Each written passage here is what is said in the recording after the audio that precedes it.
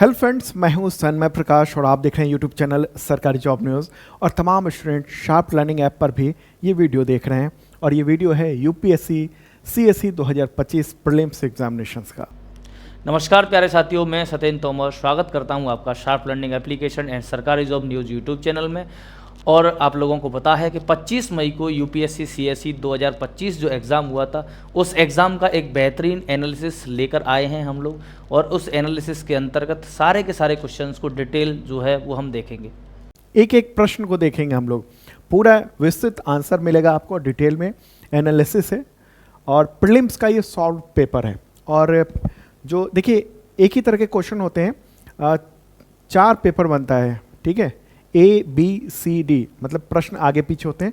तो हम लोग जो ले रहे हैं ना, वो C वाला ले रहे हैं, ओके, C पेपर ले रहे हैं। तो अब चलते हैं हम लोग और शुरू करते हैं। और सबसे पहले एक काम करते हैं कि करंट अफेयर्स के जितने भी प्रश्न हैं, करीब 22 प्रश्न हैं, तो उन सब को हम लोग लेते हैं और आपको बताते हैं। जरा पेन दीजिएगा। हाँ जी। तो देखिए, लगातार C वाले पेपर में लगातार क्वेश्चंस आए थे करंट अफेयर्स के। जैसे ये है, आप प्रश्न देख रहे हैं, और इसमें बिम्स्टेक के संदर्भ में निम्नलिखित कथनों पर विचार कीजिए।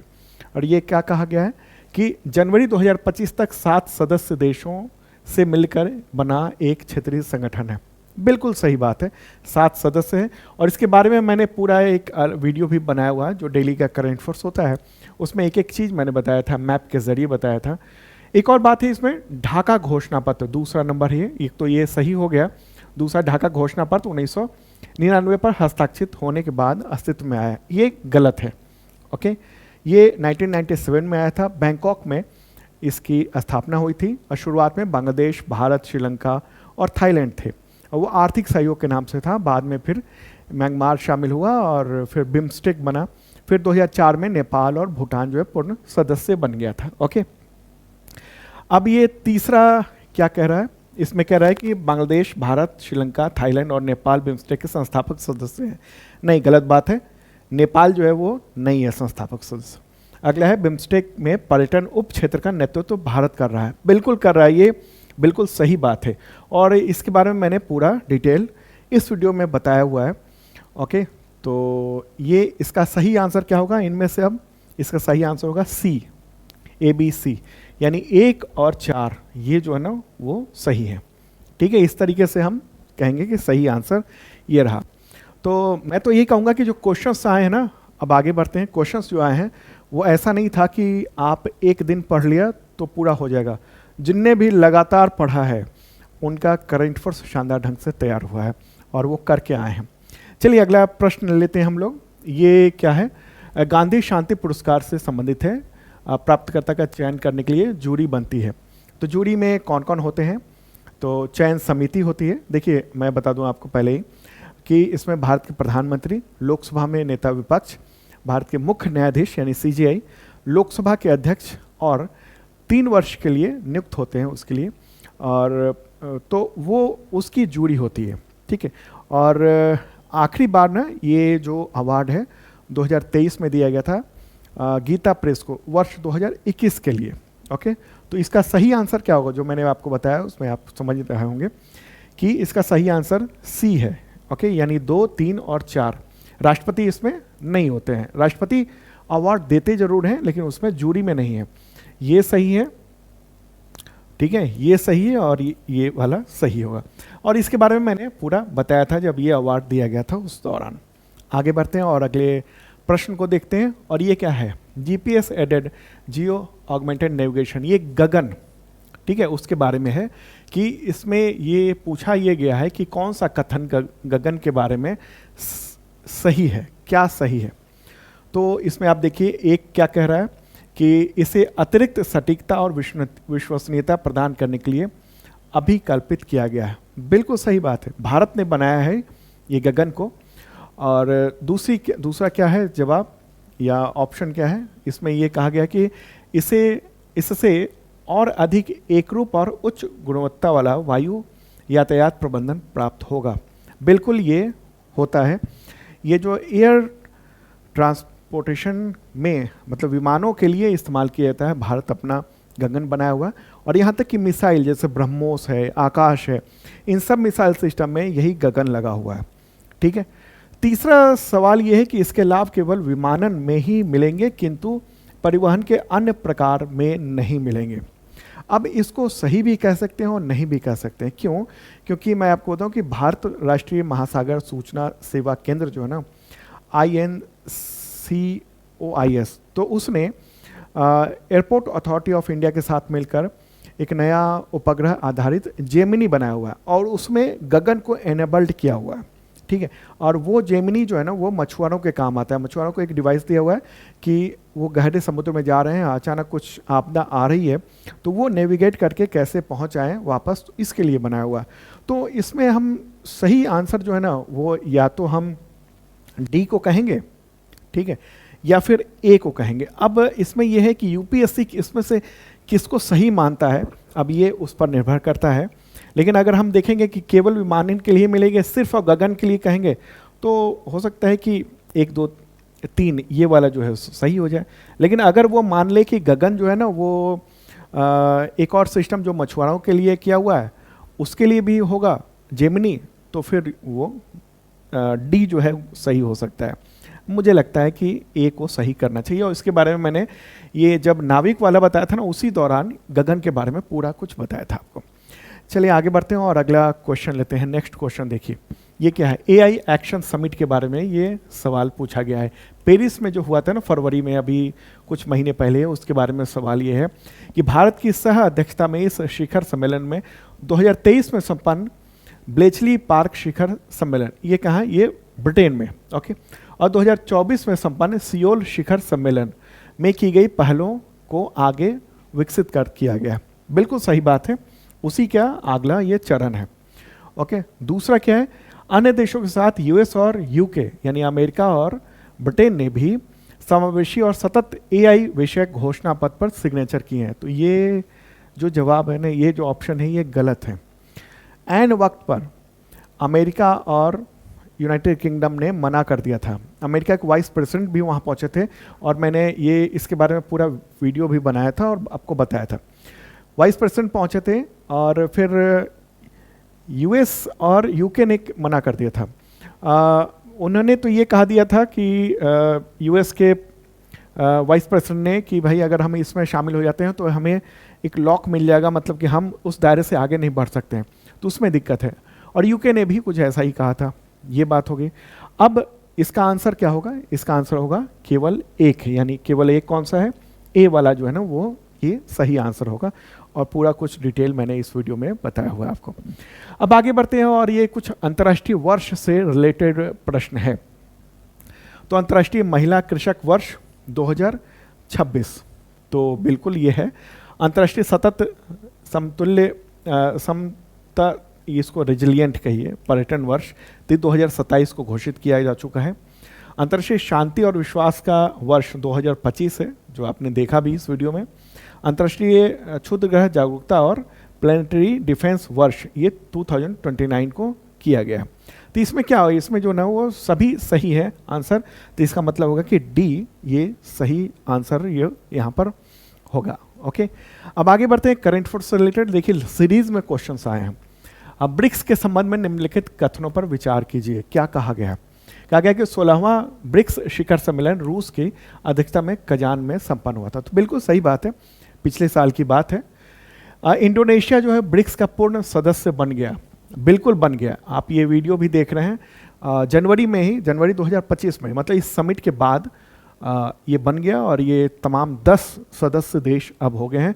10वां इंडोनेशिया है, ओके, ये भी सही हो गया।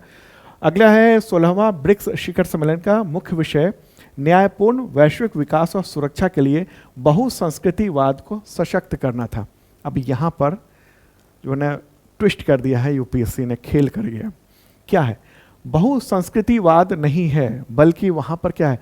बहुपक्षतावाद है, मल्टीलैटरलिज्म है, ठीक है। तो इस तरह से क्या होगा सही आंसर इसका?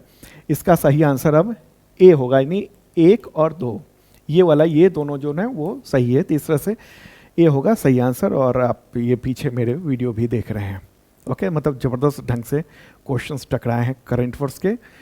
और बाकी भी बताएंगे आगे। अब प्रश्न क्या है, लोकपाल के बारे में। ठीक है, लोकपाल के बारे में विषय में कथन पर विचार करिए।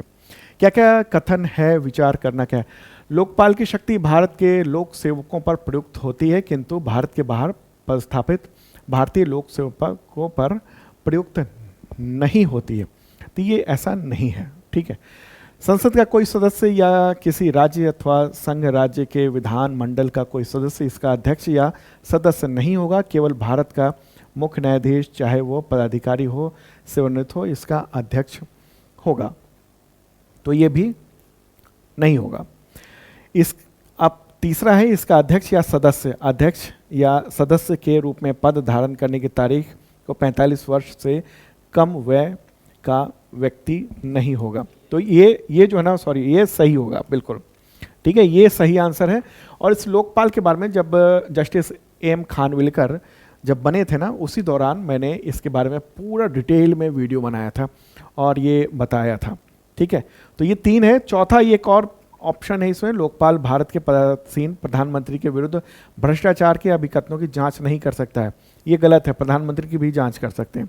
ठीक है, तो ए वाला जो है ना, केवल 3, ये आंसर सही होगा।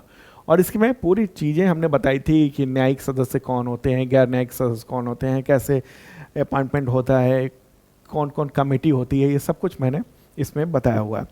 अब आगे बढ़ते हैं और फिर स्पोर्ट्स रिलेटेड करंट अफेयर्स का क्वेश्चन है। ये वाला जो है ना, इसको मतलब ये पिछला वाला जो था लोकपाल वाला, इसको करंट का भी कह सकते हैं और दूसरे पॉलिटी से भी इसको कनेक्ट कर सकते हैं। ठीक है, इसके बारे में देखते हैं। अब प्रथम खो खो विश्व कप, ये अभी जनवरी में ही आयोजित किया गया था और इसमें क्या कहा गया है, इस विश्व कप का आयोजन दिल्ली में भारत में हुआ। बिल्कुल, दिल्ली में भारत में हुआ है। 13 से 19 जनवरी को हुआ था। न्यू दिल्ली में इंदिरा गांधी इंडोर स्टेडियम में ये आयोजित किया गया था। तो ये सही होगा। दूसरा है, भारतीय पुरुष फाइनल में नेपाल को 78-40 के स्कोर से हराकर पुरुष वर्ग में विश्व विजेता बना। ये गलत है। भारत विजेता बना है, विश्व विजेता बना है, लेकिन ये जो आंकड़ा है ना, ये गलत है। कैसे गलत है, आगे बताते हैं। अगला जो ऑप्शन है, भारतीय महिलाएं फाइनल में नेपाल को 54-36 के स्कोर से हराकर महिला वर्ग में विश्व विजेता बनी। ये भी गलत है। विश्व विजेता तो बनी है, लेकिन हुआ क्या है, महिला टीम जो है ना, वो उसका स्कोर भारतीय टीम का 78 था और फिर नेपाल की टीम का 40 था। मतलब आंकड़े जो है ना, पुरुष में महिला के डाल दिए और महिला के पुरुष में डाल दिए। ठीक है, इस तरह से पलट दिया और इस तरीके से क्या है, कंफ्यूज हो जाएंगे। कंफ्यूज कैसे होंगे स्टूडेंट्स कि भारत दोनों में, पुरुष और महिला दोनों में विजयी रहा है, तो फिर वही होना चाहिए, लेकिन एक्चुअल में चीज़ों को ट्विस्ट कर दिया गया है। इसलिए ए आंसर होगा, केवल 1। ठीक है, चलिए आगे बढ़ते हैं और अगला जो क्वेश्चन है वो करंट का ही देख रहे हैं हम। ठीक है, आगे बढ़ते हैं और अगला क्वेश्चन, हाँ, ये निम्नलिखित अंतरिक्ष मिशनों पर विचार कीजिए। इन तीनों अंतरिक्ष जो मिशन है ना, एक्सियोम 4, उसके बारे में तो यहाँ डिटेल बता रहा था, स्पार्डेक्स है, गगनयान है। तो इसके बारे में ये कहा गया कि उपयुक्त अंतरिक्ष मिशनों में से कितने सूक्ष्म गुरुत्व यानी माइक्रो ग्रेविटी विषयक अनुसंधान को प्रोत्साहित और समर्थित करते हैं। तो बिल्कुल तीनों के तीनों करते हैं और इसलिए आंसर इसका होगा सी। तीनों करते हैं। एक्सियोम में जो भारतीय जो जा रहे हैं, एयरफोर्स के पायलट हैं, वो वहाँ पर पहुँच रहे हैं और वो इस चीज़ की भी जांच करेंगे। ओके, ये हैं भारतीय, ये पहुँच रहे हैं। ठीक है, मैंने बताया हुआ है। आगे बढ़ते हैं और अगला जो है वो देखिए, भारत की रक्षा के संदर्भ में निम्नलिखित युग्म पर विचार करिए। क्या है, वायुयान का प्रकार है। अब इसमें बताया गया है कि डोर्नियर 228 है, वो समुद्री गश्ती विमान है। बिल्कुल ठीक बात है। दूसरा क्या है, IL-76 क्या कह रहा है, पराध्वनिक युद्धक विमान है। ये गलत होगा आंसर इसका, बताता हूँ आगे। C-17 ग्लोब मास्टर 3 ये सैन्य परिवहन वायुयान है। ये बिल्कुल सही है।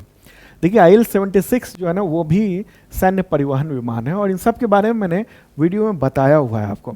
ये वाला जो है ना, डोर्नियर है। ठीक है, डोर्नियर है जिसमें समुद्र में गश्ती भी की जाती है, इसके ज़रिए विशेष तौर पर बनाया गया है। इसके अलावा जैसे C-17 ग्लोब मास्टर है, इस पर तो मैंने पिछले दौरान बताया था जब अमेरिका ने भारतीयों को हथकड़ी लगा के ना भेजा था, किस विमान से, C-17 ग्लोब मास्टर से ही भेजा था। और ये वाला जो वीडियो है ना आप देख रहे हैं यहाँ पर, C-17 ग्लोब मास्टर इसी में हथकड़ी लगा के भेजा था। ये भारत के पास भी है ये ग्लोब मास्टर, ठीक है। तो आप समझ लीजिए एक एक विमान के बारे में, चीज़ों को बारे में भी पूछ दिया गया। तो इसका आंसर सही क्या होगा? इसका आंसर होगा सही बी होगा, मतलब कि 2 आंसर सही है, 1 और 3 ये सही है, इसलिए ये 2 होगा। क्लियर होगी बात? चलें आगे बढ़ते हैं और अब नेक्स्ट जो प्रश्न है वो देखते हैं। हाँ, ये देखिए, अब प्रश्न आता है अंतर्राष्ट्रीय पुनर्निर्माण और विकास बैंक IBRD के बारे में निम्नलिखित कथनों पर विचार करें। क्या क्या कथन बताया गया है ये हम देखते हैं इसमें, ठीक है। इसमें क्या बताया गया है? इसमें ये कहा गया है कि यह मध्यम आय वाले देशों को ऋण और गारंटी प्रदान करता है। हाँ, निम्न और मध्यम दोनों को करता है, तो मध्यम भी इसमें हो गया, तो सही कह देंगे इसको। दूसरा ऑप्शन क्या है? यह गरीबी कम करने में विकासशील देशों की सहायता करने के लिए अकेला कार्य करता है। देखिए, बहुत सारे ऐसे संस्थान हैं जो कि गरीबी कम करने के लिए अंतर्राष्ट्रीय स्तर पर सहयोग करते हैं, मदद करते हैं, लोन देते हैं। तो केवल यही नहीं है, ये तो बात है कि गरीबी कम करने के लिए भी काम करता है, लेकिन सिर्फ यही है, ये गलत हो जाएगा। तीसरा क्या है? इसकी स्थापना द्वितीय विश्व युद्ध के उपरांत यूरोप के पुनर्निर्माण में सहायता हेतु की गई थी। तो ये बिल्कुल सही बात है। जब यूरोप बर्बाद हुआ था जर्मनी के कहर की वजह से, हालांकि जर्मनी हार गया था, तो उस दौरान यूरोप के तमाम देशों को ठीक से बेहतर करने के लिए ये काम किया गया था। ओके, तो इसका आंसर क्या होगा? इसका आंसर होगा आपका 1 और 3। 1 और 3 ये सी वाला जो है ना वो सही आंसर हो जाएगा। अब आगे बढ़ते हैं और अगला प्रश्न आप देखिए। अच्छा, इन सब के बारे में आपने देखा कि इसमें हमने बताया हुआ है। ये कब बताया था मैंने? IBRD के बारे में, जब पश्चिम बंगाल ने लोन लिया था इसके बारे में, सोशल प्रोटेक्शन सर्विसेज के लिए, ठीक है। वो गरीबी और गरीबों के उत्थान के लिए और सामाजिक न्याय के लिए और सभी को जो ना वो सोशल प्रोटेक्शन हो सके, इसके लिए लोन लिया था पश्चिम बंगाल ने। तो उस दौरान हमने पूरा इसके बारे में बताया था, एक एक बातें बताई थी जो प्रश्न आए हैं, ठीक है। अब आगे बढ़ते हैं और अब जो सवाल है, निम्न पर विचार करिए। UAE, France, Germany, Singapore, Bangladesh. अब इसमें क्या कहा गया है? इसमें पूछा यह गया है कि उपयुक्त में भारत के अलावा ऐसे कितने देश हैं जहां पर UPI के द्वारा अंतर्राष्ट्रीय वाणिज्यिक भुगतान यानी इंटरनेशनल मर्चेंट पेमेंट स्वीकार किए जाते हैं। इसके बारे में देखिए मैं बता रहा हूं, और ये तमाम देश जो 7 देश हैं अभी तक, उनकी पूरी लिस्ट यहाँ पर दे दी है मैंने। तो इसमें आप क्या देखेंगे? इसमें देखिए, पहला तो बिल्कुल सही है, दूसरा क्या है वो भी सही है, तीसरा देखिए जर्मनी, ये गलत हो जाता है, ठीक है। सिंगापुर ये सही है, लेकिन बांग्लादेश नहीं है। तो इसके में क्या आंसर सही हुआ? 1, 2 और 4 सही है, ठीक है, यानी 3 हो गए, तो केवल 3, ठीक है, इनमें से 3 सही हैं। तो ये आंसर हो गया। और ये वीडियो भी देख रहे हैं आप, कैसे क्वेश्चन जो है ना सीधे सीधे टकराए हैं, उस तरीके से देखिए। और जो बच्चे लगातार पढ़े हैं ना करंट अफेयर्स हमारे यहाँ से, तो उनको तो मज़ा आ गया। चलिए अगला प्रश्न लेते हैं, और ये PM सूर्य घर मुफ्त बिजली योजना के बारे में है, और निम्नलिखित कथनों पर विचार करिए। क्या कहा गया है कि इसका लक्ष्य आवासीय सेक्टर में 1 करोड़ घरों की छतों पर सौर पैनल लगाना है। तो बिल्कुल सही है। नवीन एवं नवीनीकरणीय ऊर्जा मंत्रालय का लक्ष्य छतों पर सौर पैनल लगाने, उनके प्रचालन, अनुरक्षण और मरम्मत करने के विषय आधार स्तर पर प्रशिक्षण प्रदान करना है। ये भी सही है, और इसी का आगे हिस्सा है। इसका लक्ष्य क्षमता निर्माण के स्कीम घटक के अंतर्गत नए कौशल सिखाकर और कौशल का उन्नयन करके 3 लाख से अधिक कौशल जनशक्ति सृजित करना है। तो बिल्कुल सही है, ठीक है। तो इसमें तीनों का तीनों सही हो जाएगा। इसके बारे में मैंने यहाँ पर बताया, इस वीडियो में आप देख रहे हैं, ठीक है। इसके अलावा जो पिछले साल का 2024-25 का के लिए के बजट से ठीक पहले जो आर्थिक सर्वेक्षण आया था ना, उसमें भी इसके बारे में पूरा डिटेल दिया हुआ था, जो मैंने बताया था आपको, ठीक है। तो तीनों सही है, तो इसमें क्या होगा? आंसर D हो जाएगा। 1, 2 और 3 ये सही है। क्लियर होगी बात? समझ रहे हैं आप? अगला क्वेश्चन है, निम्नलिखित में से कौन भारतीय रिजर्व बैंक की आय के स्रोत हैं? ये अभी 2 दिन पहले भी चर्चा में आया और इसके बारे में मैंने पिछले साल भी बताया था जब शक्तिकांत दास जो है वो गवर्नर थे आरबीआई के। और क्या होता है सरप्लस अमाउंट, ये देख रहे हैं आप, इसी में मैंने पूरा डिटेल बताया था इसके बारे में। क्या है इसमें ऑप्शंस दिए हुए हैं, क्या क्या है। सरकारी बॉन्डों का क्रय और विक्रय, बिल्कुल ये सही है। विदेशी मुद्रा का क्रय और विक्रय, उसके ज़रिए भी इनकम होता है। तीसरा, पेंशन निधि प्रबंधन, ये नहीं है, इसका प्रबंधन आरबीआई नहीं करता है, ठीक है। निजी कंपनियों को ऋण देना, ये भी गलत है, ये डायरेक्ट लोन नहीं देता है निजी कंपनियों को, बल्कि उसके अंदर में जितने जो कमर्शियल बैंक हैं वो लोन देते हैं। 5वां क्या है, करेंसी नोट का मुद्रण और वितरण, इसके ज़रिए, यानी आप देखिए कौन सा आंसर सही है, 1, 2 और 5, ये वाला सही है, यानी डी वाला जो है ना वो आंसर सही होगा। तो ये वैसे तो इकोनॉमिक्स का सब का ये क्वेश्चन है, लेकिन चूंकि करंट का है, चर्चा में है, इसलिए ये भी महत्वपूर्ण है। ओके, अब आगे बढ़ते हैं। और ये देखिए, प्रायः समाचारों में चर्चित ये मोनोक्लोनल एंटीबॉडी के संदर्भ में निम्नलिखित कथनों पर विचार करिए। अब इसमें क्या है, वे मानव निर्मित प्रोटीन है, बिल्कुल सही है। वे विशिष्ट प्रतिजन यानी एंटीजन से संबंध बनाने की अपनी क्षमता के कारण प्रतिरक्षात्मक कार्य करते हैं, बिल्कुल ठीक है। एक और है, वे निपा वायरस के संक्रमण जैसे विषाणु संक्रमण के उपचार में प्रयुक्त होते हैं, तो बिल्कुल ये भी सही है। ये समाचार में कब आया था, ये पिछले साल की बात है, दिसंबर के आसपास की बात है, जब भारतीय वैज्ञानिक जो है ना वो रेबीज को लेकर वैक्सीन बनाने की कोशिश कर रहे थे, उसी समय ये चर्चा में आई थी बात, ठीक है, कि ये जो एंटीबॉडी है ये हमें बहुत काम कर सकता है और ये मानव निर्मित प्रोटीन है, तो इसलिए हम इसको बना सकते हैं और उसका प्रोसेस चल रहा है, रेबीज का जो वैक्सीन है बनाने के लिए, ठीक है। और इसी तरीके से ये खबर ये चर्चा में रही थी। ओके, तो ये करंट अफेयर्स के सारे क्वेश्चन हो गए। बाकी जो विषय के हैं वो सत्येंद्र सर आपको बताएंगे, लेकिन उससे पहले आपको बताऊं कि हमारा जो ऐप है, शार्प लर्निंग ऐप है, और वहाँ पर तमाम कोर्सेज चलाए जा रहे हैं, ठीक है। आपके यूपीएससी के भी अब बैच शुरू हो रहे हैं, अब हम लोग शुरू कर देंगे। और इसके अलावा बीपीएससी के, यूपीपीसीएस के, उसके तो चल रहे हैं और बहुत बड़ी संख्या में एडमिशन ले रखा है बच्चों ने। बीपीएससी के तो 4 बैच चल रहे हैं, 4 बैच, ठीक है। पीसीएस, यूपीपीसीएस के भी बैच चल रहे हैं। इसके अलावा अलग अलग एग्जामिनेशन के भी तैयारी कराई जाती है इस ऐप के ज़रिए। ओके, और ख़ास तौर पर करंट अफेयर्स के लिए हम लोग ने बैच लॉन्च किया हुआ है, आईपीसीएस मेंबरशिप है, और उसके ज़रिए तमाम एग्जामिनेशन में, चाहे यूपीएससी हो चाहे स्टेट पीसीएस हो, उन सब के काम आता है। उसमें हम लोग करंट अफेयर्स के कंटेंट देते हैं, उसमें पीडीएफ, वीडियो, मॉक टेस्ट, ये सब कुछ होता है, वीकली, मंथली, क्वार्टरली, ईयरली। और आपको बताऊं कि पिछले 2-3 साल के कंटेंट मिल जाते हैं आपको, अगले 1 साल तक अपडेट उसमें मिलता रहता है।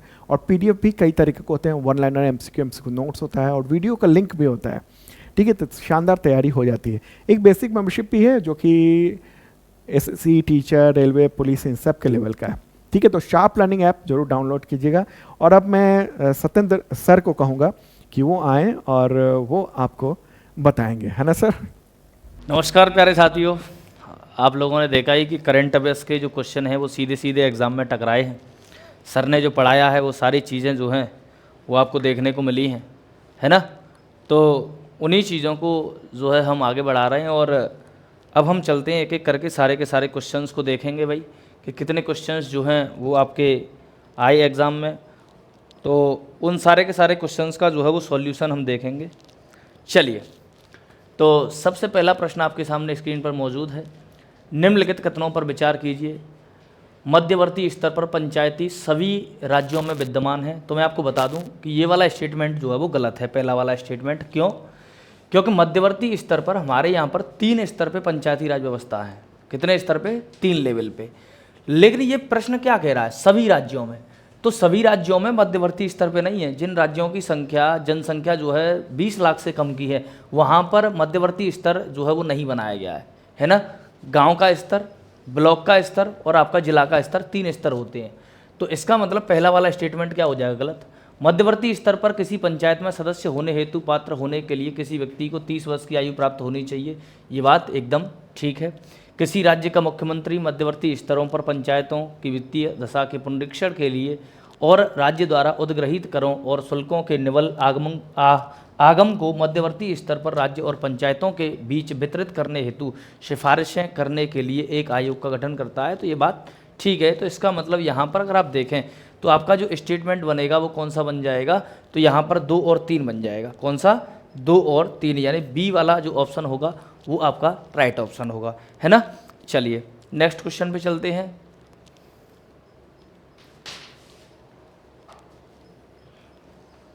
चलिए भाई नेक्स्ट क्वेश्चन पे आते हैं। दूसरा क्वेश्चन, अच्छा दूसरा क्वेश्चन जो है वो सर ने बता ही दिया है। चलिए तीसरे क्वेश्चन पे आते हैं। तीसरा क्वेश्चन भी सर ने बता दिया है ना। चौथा क्वेश्चन भी बता दिया भाई। शुरुआत के क्वेश्चन लगातार करंट अफेयर्स से थे तो इनके बारे में सर चर्चा कर चुके हैं, ये भी बता दिया है सर ने, है ना। छठवां क्वेश्चन जो है ये भी बता दिया है सर ने। सातवां क्वेश्चन ब्रिक्स वाला बता दिया है सर ने। आठवां क्वेश्चन जो है लोकपाल वाला बता दिया है सर ने। चलिए नौवां क्वेश्चन भी बता दिया है। 10वां क्वेश्चन जो है, हाँ चलिए ये जो क्वेश्चन है आपका ये भी हम कह सकते हैं कि करंट अफेयर्स से, हालांकि इसमें कुछ पुरानी चीज़ें हैं कुछ नई चीज़ें हैं।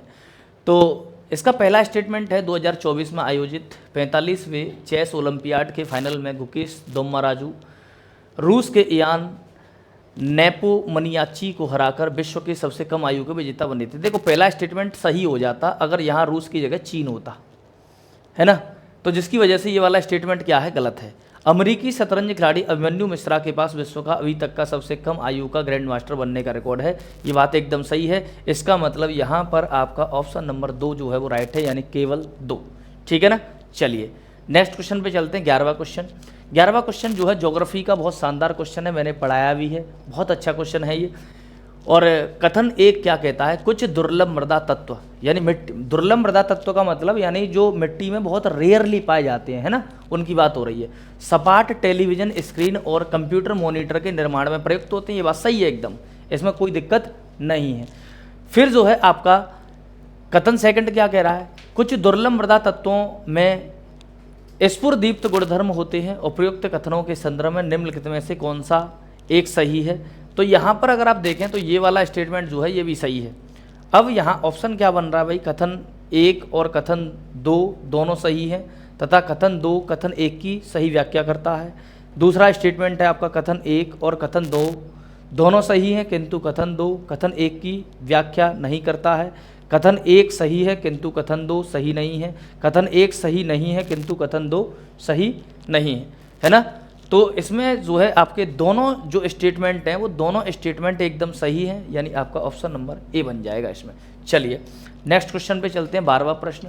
12वां प्रश्न जो है, भारतीय रेलवे ने 2028 तक भविष्य के लिए तैयार रेलवे प्रणाली सृजित करने हेतु एक राष्ट्रीय रेल प्लान जो है वो तैयार किया है। ये बात एकदम सही है ना। कवच जर्मनी के सहयोग से विकसित एक स्वचालित ट्रेन सुरक्षा प्रणाली है, ये भी ठीक है। कवच प्रणाली में स्टेशन सेक्शन के ट्रैक पर RFID नहीं, RFID टैग नहीं होते हैं, ये ध्यान रखिएगा, ठीक है। ये वाला स्टेटमेंट क्या हो जाएगा, गलत हो जाएगा। यानी इसका मतलब पहला और दूसरा, यानी इसमें जो आपका स्टेटमेंट होगा वो कौन सा, ए ऑप्शन, ए आंसर सही है आपका, है ना, ए आंसर सही है। चलिए 13वें प्रश्न पे निम्नलिखित, ये सर ने बता दिया है आपको, ठीक है, ये भी बता दिया सर ने आपको। चलिए नेक्स्ट क्वेश्चन। वायु प्रदूषण कम करने के लिए कृत्रिम वर्षा कराने के लिए किनका प्रयोग होता है। तो मैं आपको बता दूं, कृत्रिम वर्षा कराने के लिए आर्टिफिशियल जो रेन होती है इसमें सिल्वर आयोडाइड और आपका जो पोटेशियम आयोडाइड है इसका यूज़ किया जाता है, यानी ऑप्शन नंबर आपका क्या होगा, ऑप्शन नंबर आपका ए जो है वो राइट होगा, है ना। चलिए नेक्स्ट क्वेश्चन पे आ जाएं भाई। 16वां क्वेश्चन, भारत के राष्ट्रपति के क्षमादान से रिलेटेड ये क्वेश्चन है। आपको पता होना चाहिए कि भारत के राष्ट्रपति का क्षमादान आर्टिकल 72 में दिया गया है और आर्टिकल 72 ये कहता है कि राष्ट्रपति द्वारा इसका प्रयोग किया जा सकता है, लेकिन ये न्यायिक पुनरावलोकन के अधीन लाया जा सकता है। ये बात सही है। राष्ट्रपति इस शक्ति का प्रयोग केंद्र सरकार की सलाह के बगैर कर सकता है, तो नहीं, राष्ट्रपति जब भी इसका प्रयोग करेगा तो केंद्र सरकार की सलाह लेगा। इसका मतलब अब कौन से सही है भाई, तो केवल एक सही है, केवल एक सही है, दूसरा वाला स्टेटमेंट जो है वो आपका क्या होगा, गलत होगा। चलिए 17वें क्वेश्चन पे, लोकसभा का निम्नलिखित कथनों पर विचार कीजिए। लोकसभा का विघटन होने पर विघटन के पश्चात होने वाले लोकसभा से पहले अधिवेशन के ठीक पहले तक अध्यक्ष अपने पद को रिक्त नहीं करेगा। ये बात एकदम सही है। अध्यक्ष हमेशा तब तक अपने पद पर बना रहता है जब तक नए अध्यक्ष का निर्वाचन नहीं हो जाता है। ठीक है। भारत के संविधान के उपबंधों के अनुसार लोकसभा का कोई सदस्य अध्यक्ष के रूप में निर्वाचित होने पर अपने राजनीतिक दल से तुरंत त्यागपत्र देगा क्या? नहीं भाई, कोई भी व्यक्ति जो अध्यक्ष बना है वो राजनीतिक दल से त्यागपत्र क्यों देगा, है कि नहीं? वो उस राजनीतिक दल से जुड़े हुए रहेगा, लेकिन वो जो है अध्यक्ष बन जाएगा। ठीक है। लोकसभा के अध्यक्ष को लोकसभा के तत्कालीन समस्त सदस्यों की बहुमत से पारित संकल्प द्वारा अपने पद से हटाया जा सकेगा, किंतु कोई संकल्प तब तक प्रस्तावित नहीं किया जाएगा जब तक कि उस संकल्प को प्रस्तावित करने के आशय की कम से कम 14 दिन पहले सूचना न दी गई। ये स्टेटमेंट एकदम सही है। इसका मतलब 1 और 3 बन रहा है आपका स्टेटमेंट, कहीं 1 और 3 आपका बन रहा है सी। आराम से आप इस क्वेश्चन को अटेंड कर सकते थे। चलिए भाई नेक्स्ट क्वेश्चन पे आ जाओ। 18वां प्रश्न। 18वां प्रश्न क्या कहता है? यदि कोई प्रश्न उठता है कि लोकसभा का कोई सदस्य 10वीं अनुसूची के अधीन निर्भरता से ग्रस्त हो गया है या नहीं, तब संघ की मंत्रिपरिषद की राय के अनुसार राष्ट्रपति का निर्णय अंतिम होगा। तो ये स्टेटमेंट गलत है। यहाँ पर राष्ट्रपति का निर्णय नहीं, लोकसभा के अध्यक्ष का निर्णय अंतिम होता है। भारत के संविधान में शब्द राजनीतिक दल का कोई उल्लेख नहीं है। ये भी जो है आपका क्या गलत है। इसका मतलब पूछ रहा है आपका कौन सा सही है। इसका मतलब इसमें आपका ऑप्शन बनेगा कौन सा, न तो 1 न तो 2। राजनीतिक दल जो शब्द है ना, इसका यूज किया गया है हमारे संविधान के अंतर्गत अनुसूची 10 में। चलिए नेक्स्ट क्वेश्चन पे आ जाओ भाई। 19वां प्रश्न। 19वां प्रश्न क्या कह रहा है? पहला कथन दिया गया है, भारत में राज्य सरकारों के पास गौड़ खनिजों के निष्कर्षण के बारे में रियायत देने के लिए नियम बनाने की कोई शक्ति नहीं है, भले ही ऐसे खनिज उनके अपने भूभाग में अवस्थित हों। तो मैं आपको बता दूं कि जो राज्य सरकारें होती हैं वो गौड़ खनिजों को लेकर जो है वो कोई भी कानून नहीं बना सकती है, नियम नहीं बना सकती हैं, क्योंकि ये जो अधिकार होता है, ये अधिकार किसका होता है? ये अधिकार जो है वो आपका दिया गया है केंद्र सरकार का। ये वाला जो अधिकार है वो किसका है? केंद्र सरकार का है, ध्यान रखिएगा, है ना। इसका मतलब ये वाला ऑप्शन क्या हो जाएगा? गलत हो जाएगा। अब कथन 1 सही नहीं है तो आप ऑप्शन को देखो सीधे। अब कथन 2 पढ़ो ही मत, ऑप्शन को देखो सीधे। इसमें देखो कथन 1 और दोनों सही है, कथन 1 और 2 दोनों सही है, कथन 1 सही है। इसका मतलब कथन 1 तो आपका गलत है और कथन 1 गलत। इसका मतलब एक ही ऑप्शन में दे रखा है, इसका मतलब कथन 2 ऑटोमेटिक सही हो जाएगा। ऑप्शन के अकॉर्डिंग भी कर सकते थे, केवल एक ही ऑप्शन को पढ़कर इस क्वेश्चन को। चलिए नेक्स्ट क्वेश्चन पे आ जाएं भाई। 20वां प्रश्न। किस संस्था ने जलवायु परिवर्तन और जैव विविधता की हानि के नियंत्रण हेतु प्रकृति पुनः स्थापना विधि यानी नेचर रेस्टोरेंट लॉ अधिनियमित किया है? तो ये यूरोपियन यूनियन का है। ठीक है। चलिए नेक्स्ट क्वेश्चन पे आते हैं। नेक्स्ट क्वेश्चन 21वां। गांधी जी ने विख्यात वक्तव्य राजद्रोह मेरा धर्म हो गया है कब कहा था? तो गांधी जी जो हैं उन्होंने, उनके ऊपर सबसे पहले राजद्रोह का आरोप जो लगाया गया था वो लगाया गया था असहयोग आंदोलन के दौरान, और राजद्रोह के आरोप में उनको जेल भी भेजा गया था। तो जब गांधी दूसरा राष्ट्रीय आंदोलन लेके आए, सविनय अवज्ञा आंदोलन, उस आंदोलन के दौरान उन्होंने नमक कानून का जब उल्लंघन किया था तब उन्होंने ये स्टेटमेंट बोला था कि राजद्रोह मेरा धर्म हो गया है और मैं राजद्रोह करता रहूँगा। अगर राज्य ऐसा है जो लोगों के लिए हितैषी नहीं है, इसका मतलब यहाँ पर अगर आप देखें तो दांडी में नमक कानून का सार्वजनिक रूप से उल्लंघन करने के समय में जो है वो गांधी ने ऐसा कहा था। नेक्स्ट क्वेश्चन पे आते हैं भाई। 22वां। मोहनजोदड़ो से प्राप्त नाचती हुई लड़की, ये स्पष्ट तौर पर प्राचीन भारत का जो है हड़प्पा सभ्यता से पूछा गया प्रश्न है और आप लोगों को पता होना चाहिए कि कांसे की नर्तकी की मूर्ति मिली थी। कैसी? कांसे की नर्तकी की डांसिंग स्टाइल में एक मूर्ति जो है वो मिली थी। कहाँ से? तो मोहनजोदड़ो हड़प्पा सभ्यता का सबसे बड़ा नगर माना जाता है। चलिए नेक्स्ट क्वेश्चन पे आते हैं भाई। चोरी चोरा घटना के परिणाम स्वरूप, चोरी चोरा घटना जो है वो आपकी हुई थी कब? तो ये घटना हुई थी आपकी 5 फरवरी 1922 को। 5 फरवरी 1922 को जब ये घटना घटित हुई थी तो उस घटना के बाद जिन लोगों पर आरोप लगाए गए थे इस घटना के लिए, तो फिर उन लोगों को जो है सरकार ने बंदी बना लिया था, जेल में डाल दिया था। तो उन लोगों का केस लड़ने के लिए, यानी एक तरीके से लीगल डिफेंस देने के लिए 2 लोग सामने आए थे, जिनमें मदन मोहन मालवीय और कृष्णकांत का नाम जो है वो सामने आता है।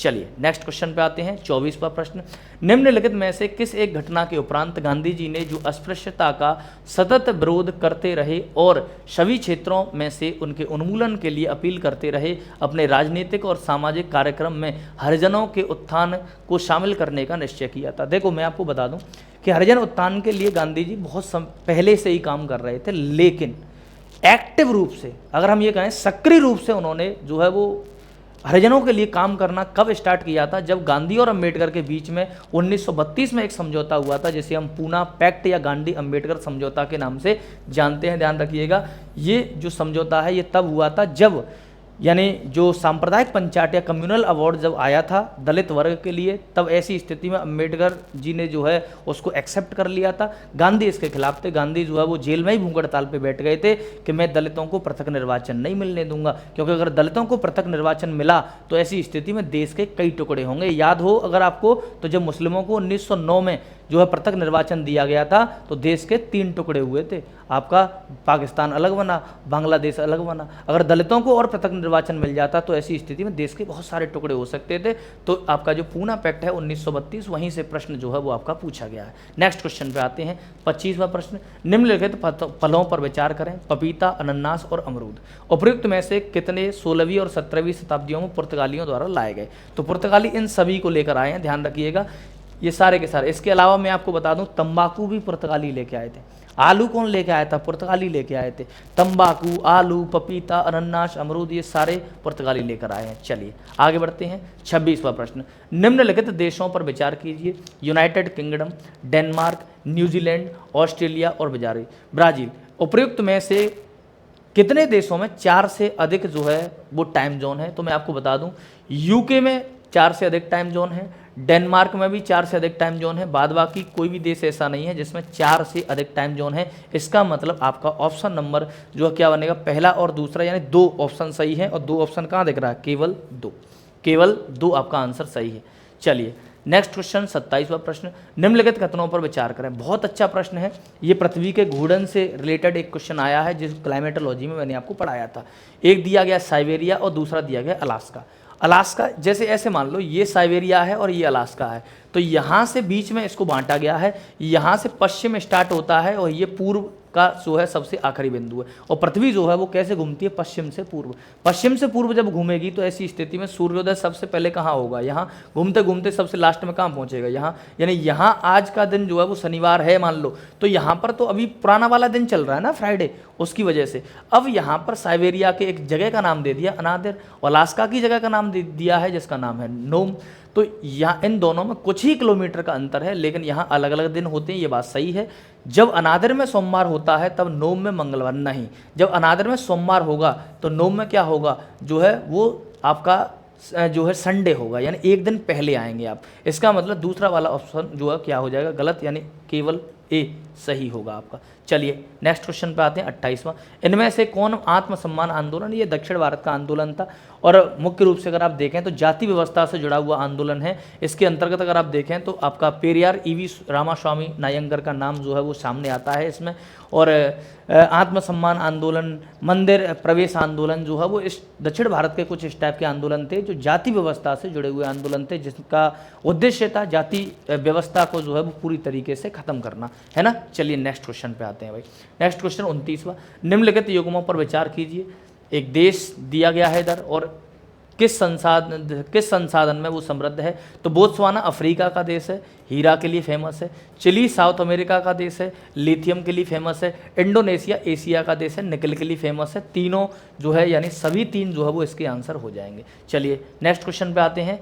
नेक्स्ट क्वेश्चन है हमारा 30वां प्रश्न। 30वां प्रश्न जो है ये क्षेत्र दिए गए हैं, मेलार्का, नॉर्मंडी और सार्डिनिया। जो मेलोर्का जो क्षेत्र है वो आपका इटली का नहीं है, वो स्पेन का है, गलत है, ठीक है। नॉर्मंडी जो क्षेत्र है वो आपका फ्रांस का है, स्पेन का नहीं है। सार्डिनिया जो क्षेत्र है वो आपका फ्रांस का नहीं है, इटली का है। तीनों क्या होंगे? गलत होंगे, यानी किसी में भी नहीं, यानी ये सामने जो आपके क्षेत्र दिए गए हैं ये इन देशों के नहीं है, तो सारे ऑप्शन गलत हैं। नेक्स्ट क्वेश्चन पे आते हैं भाई। 31वां, मान लीजिए सरकार का राजस्व व्यय, यानी ऐसे मान लो आपका खर्चा कितना है? आपका खर्चा है 80,000। देखो कैलकुलेटिव क्वेश्चन भी पूछने लग गया आजकल यूपीएससी, ध्यान रखिएगा। खर्चा आपका है 80,000 का और आपका जो आय है वो है आपकी कितनी, 60,000 की।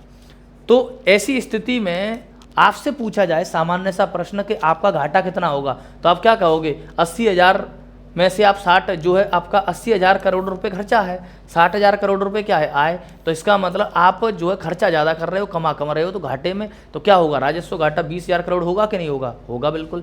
राजकोषीय घाटा कितना, 10,000 करोड़। राजकोषीय घाटा क्या होता है, जो भी सरकार यानी मार्केट से उधार लेती है ना, उसे फिस्कल डेफिसिट या राजकोषीय घाटा कहते हैं, और ये 10,000 करोड़ है, बात सही है। अच्छा, राजकोषीय घाटे में से अगर ब्याज को अगर आप घटा दें तो आपका निकल के आता है प्राथमिक घाटा। अब इसमें दे रखा है, देखो 10,000 करोड़ का उधार है और इसमें से 6,000 करोड़ की ब्याज भुगतान है, तो 10,000 करोड़ में 6,000 करोड़ घटाओ, कितना बचा, 4,000 करोड़। यानी 1, 2, 3 तीनों ऑप्शन जो है वो आपके राइट होंगे। नेक्स्ट क्वेश्चन पे आते हैं भाई।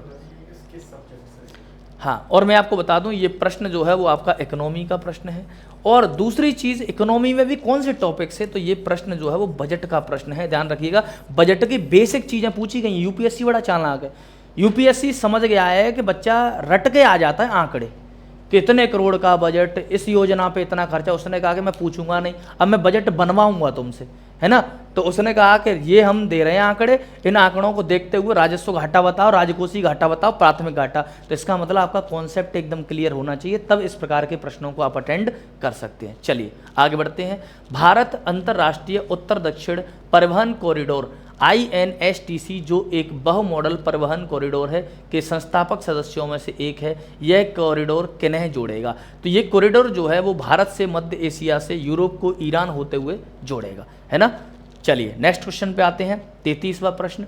33वां प्रश्न बड़ा शानदार प्रश्न है, और ये प्रश्न जो है वो आपका एथेनॉल, या हम ये कहें कि अभी हम लोगों ने स्टार्ट किया है ना साइंस एंड टेक, और साइंस एंड टेक के अंतर्गत जो है वो ये सारी चीज़ें आपको देखने को मिलेंगी, ठीक है।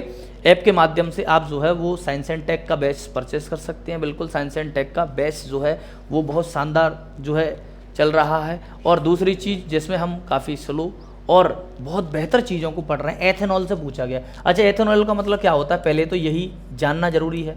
तो पेट्रोल में अगर हम एल्कोहल मिला दें, पेट्रोल में अगर हम क्या मिला दें, एल्कोहल, तो ऐसी स्थिति में उसको हम बोलते हैं एथेनॉल। क्या बोलते हैं, एथेनॉल। विश्व के 2 प्रमुख एथेनॉल उत्पादक ब्राजील और संयुक्त राज्य अमेरिका हैं। में से संयुक्त राज्य अमेरिका की तुलना में ब्राजील अधिक एथेनॉल उत्पादन करता है, ये बात गलत है, क्योंकि एथेनॉल का सबसे ज़्यादा प्रोडक्शन जो है वो यूएसए करता है। दूसरे नंबर पे आता है कौन, ब्राज़ील। जहां संयुक्त राज्य अमेरिका में एथेनॉल उत्पादन के लिए प्रधान भरण सामग्री जो है मक्का है, और वहीं ब्राज़ील में जो है गन्ना। इसका मतलब यानी यूएसए में एथेनॉल उत्पादन के लिए सबसे ज़्यादा मक्के का यूज होता है, और आपका ब्राज़ील में गन्ने का। ये बात एकदम सही है। तो इसका मतलब यहाँ पर हम बोल सकते हैं कि कथन 1 जो है वो आपका क्या है, वो आपका गलत है ना। कथन 1 सही नहीं है, किंतु कथन 2 जो है वो आपका गलत है। ऑप्शन नंबर डी हो जाएगा। नेक्स्ट क्वेश्चन पे आए भाई, 34वां प्रश्न। चलिएगा 34वें प्रश्न पे आए। 34वां प्रश्न हमारा क्या कह रहा है, 34वां प्रश्न। विश्व बैंक ने यह चेतावनी दी है कि भारत ऐसे प्रथम स्थानों में से एक बन सकता है जहां आर्द्र बल्ब तापमान नेमी तौर पर 35 डिग्री सी से अधिक होगा। निम्नलिखित कथनों में से कौन सा या कौन से उपयुक्त रिपोर्ट के निहितार्थ को सर्वोत्तम रूप में प्रतिबिंबित करते हैं।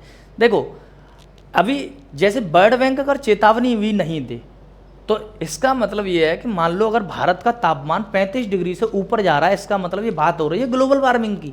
भाई प्रश्न कहाँ से है, ग्लोबल वार्मिंग से है ना। तो ग्लोबल वार्मिंग के बारे में आप विचार करो थोड़ा सा। सर्वाधिक संभावना है कि प्रायद्वीपीय भारत बाढ़, उष्णकटिबंधीय चक्रवात और सूखे से ग्रस्त होगा।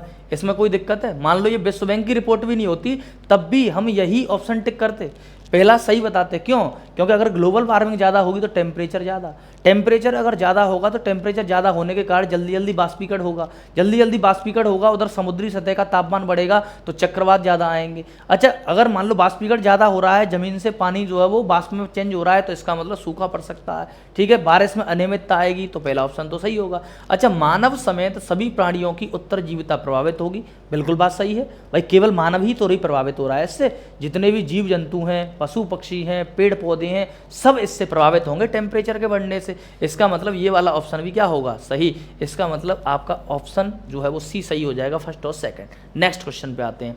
किसी देश का राजकोषीय घाटा कितना है? 50,000 करोड़ रुपए। ठीक है। अच्छा ये फिर से प्रश्न आ गया, फिर से कह रहा है बजट बनाओ। चलो कैसे बनाओगे? किसी देश का राजकोषीय घाटा है 50,000 करोड़ और गैर ऋण सर्जक पूंजीगत प्राप्तियों के माध्यम से 10,000 करोड़ रुपए प्राप्त हुए हैं। ये क्या कह रहा है? गैर ऋण यानी ऋण वाली नहीं। आपको पता होगा जो मार्केट से हम ऋण लेते हैं उसको हम फिस्कल डेफिसिट बोलते हैं, एफडी।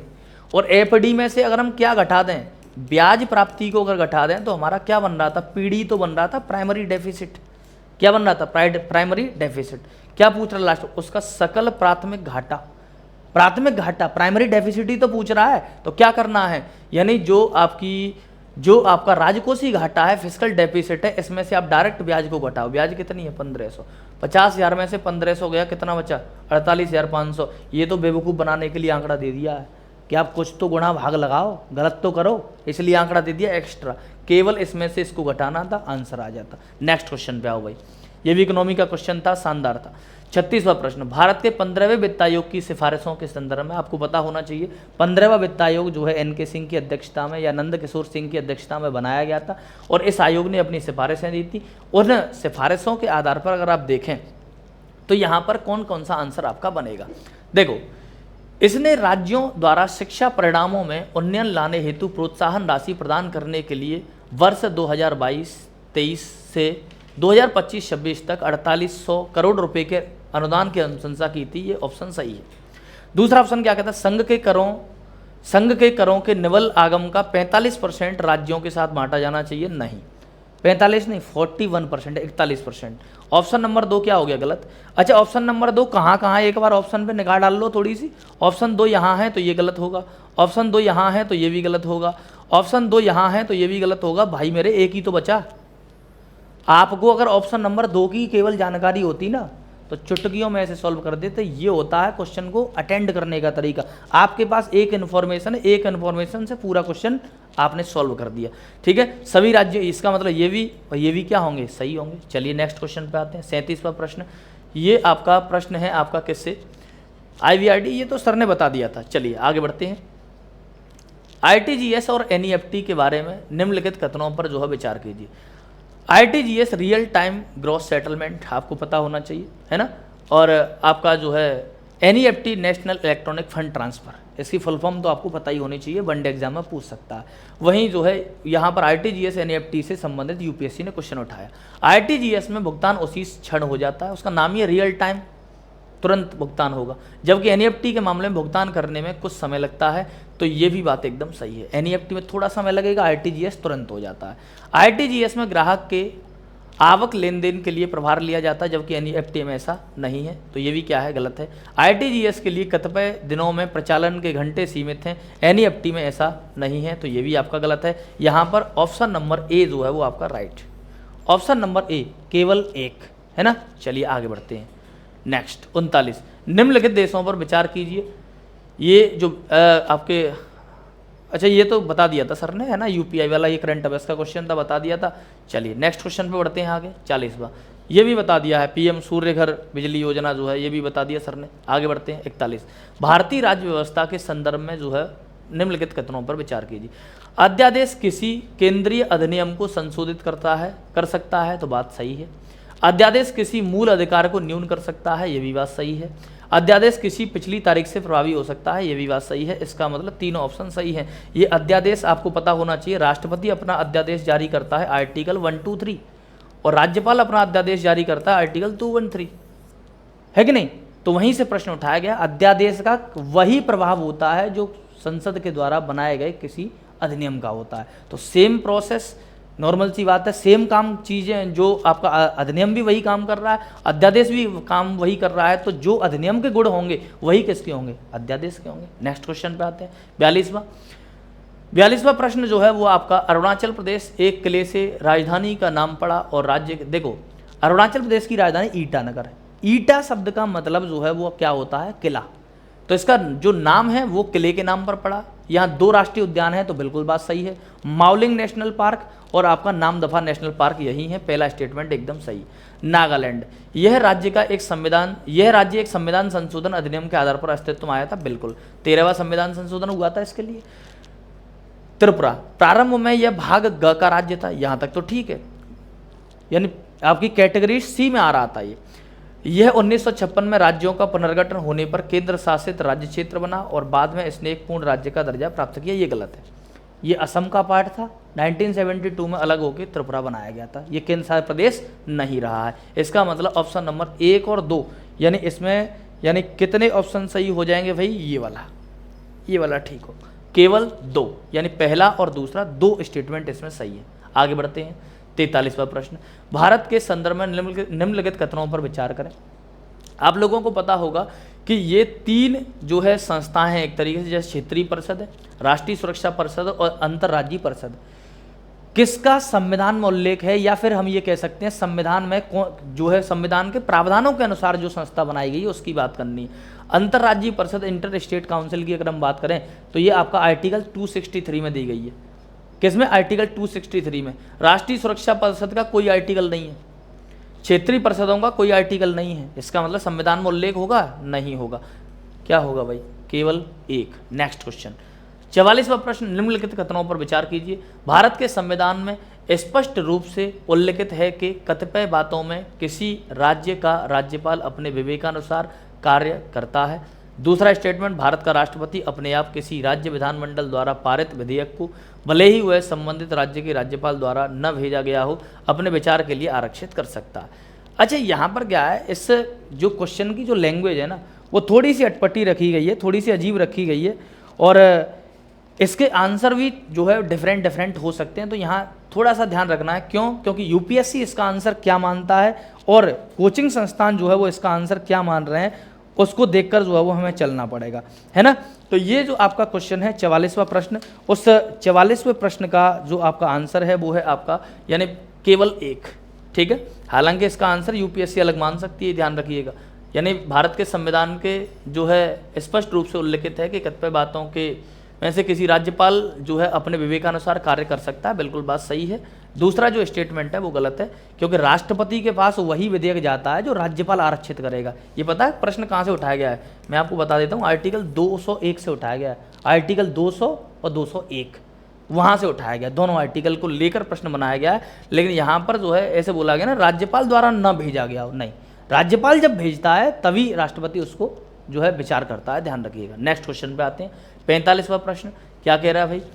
भारत के संविधान में उपबंध हैं और किसके अधीन जो है राज्य की लोक सेवा में न्यायपालिका का पृथक्करण? आर्टिकल 50 है, आर्टिकल 50, आर्टिकल 50 डीपीएसपी में आता है, सही है। हमारी सामाजिक संस्कृति की समृद्ध विरासत का महत्व समझना और उसका परीक्षण, आर्टिकल 51A है। ये किस में आता है? फंडामेंटल ड्यूटीज, मूल कर्तव्यों में। कारखानों में, ये आपका कारखानों में 14 वर्ष से जो कम के बच्चे हैं उनका नियोजन नहीं करना, उनसे काम नहीं करवाना, तो आर्टिकल 24 है। इसका मतलब आपका मूल अधिकारों से रिलेटेड है, बिल्कुल बात सही है। इसका मतलब सभी 3 ऑप्शन जो है वो इसके सही है, ठीक है। नेक्स्ट क्वेश्चन पे आते हैं। 46वां प्रश्न, भारत के संविधान के संदर्भ में यदि 5वीं अनुसूची के अधीन किसी राज्य में कोई अनुसूचित क्षेत्र घोषित कर दिया जाता है तो ऐसे क्षेत्रों में राज्य सरकार अपनी कार्यपालिका शक्ति खो देती है और एक स्थानीय निकाय पूर्ण प्रशासन ग्रहण कर लेता है। ये बात गलत है। संघ की सरकार कतिपय परिस्थितियों में राज्यपाल की सिफारिशों पर ऐसे क्षेत्रों को पूर्ण प्रशासन को अपने हाथ में ले सकती है। ये बात एकदम सही है। इसका मतलब आपका ऑप्शन नंबर बी जो है वो आपका राइट आंसर बन जाएगा। चलिए 47वां प्रश्न, ये यहाँ पर कुछ संगठन दिए गए हैं और वो आपके किस जो है मंत्रालय के अधीन है? राष्ट्रीय ऑटोमोटिव बोर्ड जो है ये वाणिज्य और उद्योग मंत्रालय के अंतर्गत है क्या? नहीं, ये हैवी इंडस्ट्री जो होती है ना उसके अंतर्गत है, ध्यान रखिएगा। कोयर बोर्ड जो है भारी उद्योग मंत्रालय के अंतर्गत है क्या? नहीं, ये एमएसएमई के अंडर में आता है कोयर बोर्ड। राष्ट्रीय व्यापार सूचना केंद्र जो है सूक्ष्म लघु और मध्यम उद्यम मंत्रालय के तहत है क्या? नहीं, ये भी क्या है? गलत है। तो इसका मतलब कोई भी नहीं होगा। चलिए नेक्स्ट क्वेश्चन पे चलते हैं। 48वां प्रश्न। 48वां प्रश्न कहता है भारत के संविधान के अधीन निम्नलिखित विषयों पर विचार कीजिए। विचार क्या करना है? 7वीं अनुसूची में सूची 1 संघ सूची, ठीक है। किसी राज्य की कार्यपालिका शक्ति का विस्तार और राज्य के राज्यपाल के पद के लिए शर्तें।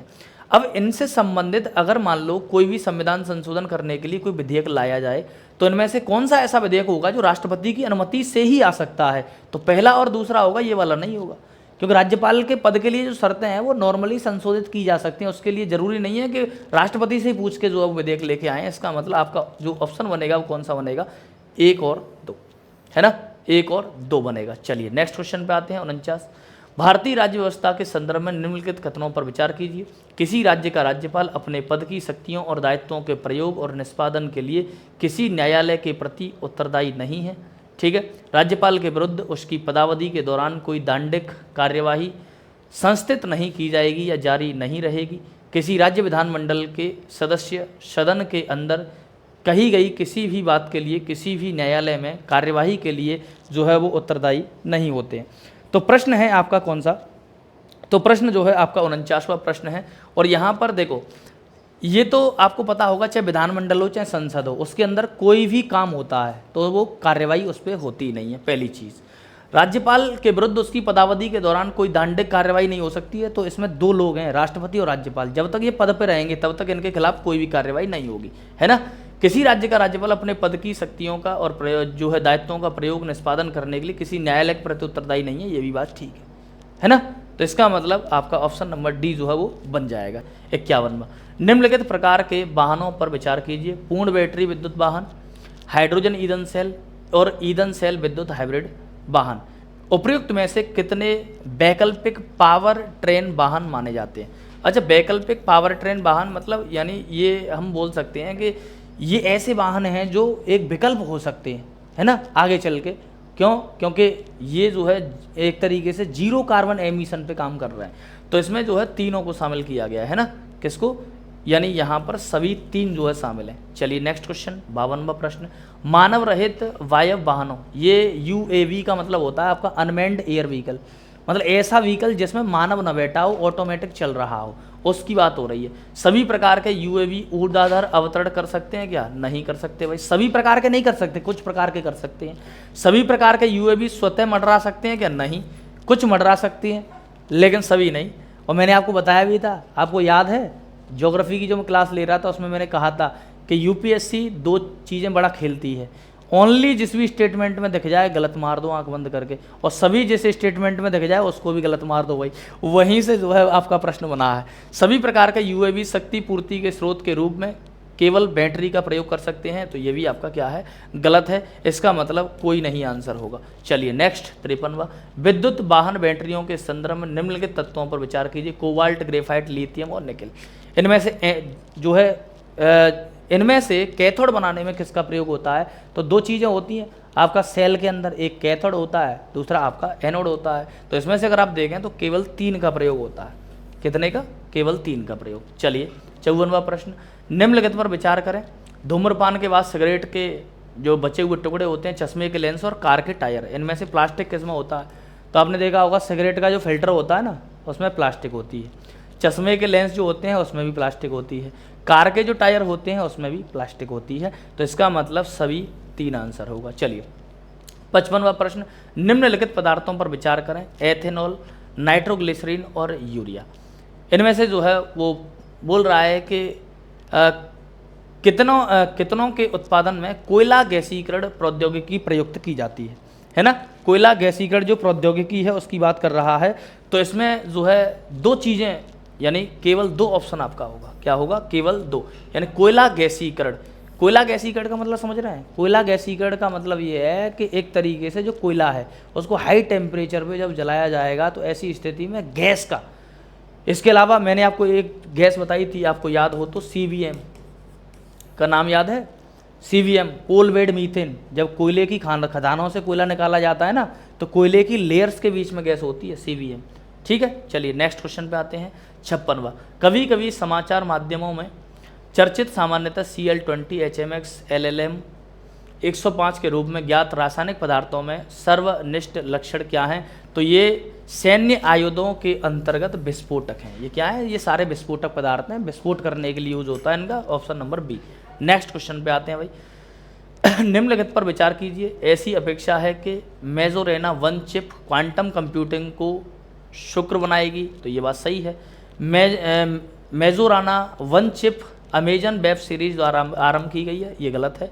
डीप लर्निंग मशीन लर्निंग का एक उपयुक्त समुच्चय है, तो ये भी बात सही है। यानी पहला और तीसरा जो है वो आपका राइट आंसर है। कहाँ बन रहा है भाई? पहला तीसरा, यानी option number C. Next question पे आते हैं 58। ये प्रश्न जो है सर ने बता दिया था। नेक्स्ट क्वेश्चन पे आते हैं भाई 59वां। ये प्रश्न ज्योग्राफी का बहुत शानदार प्रश्न है। ज्योग्राफी और साइंस दोनों को मिक्स करके बनाया गया है। क्या कहता है प्रश्न, महासागरीय जल में कोई विषाणु जीवित नहीं बच सकता है। क्यों नहीं बच सकता भाई, महासागरीय जल में ऐसी क्या समस्या, महासागर में तो बहुत सारे विषाणु होते हैं, इसका मतलब। और दूसरी चीज़, अगर आपने साइंस एंड टेक की क्लास 1 देखी हो ना, तो वहीं से सही कर देते इस प्रश्न को। साइंस एंड टेक की क्लास 1 यूट्यूब पे भी पड़ी है, देख लो एक बार जाके, उसमें बताया मैंने।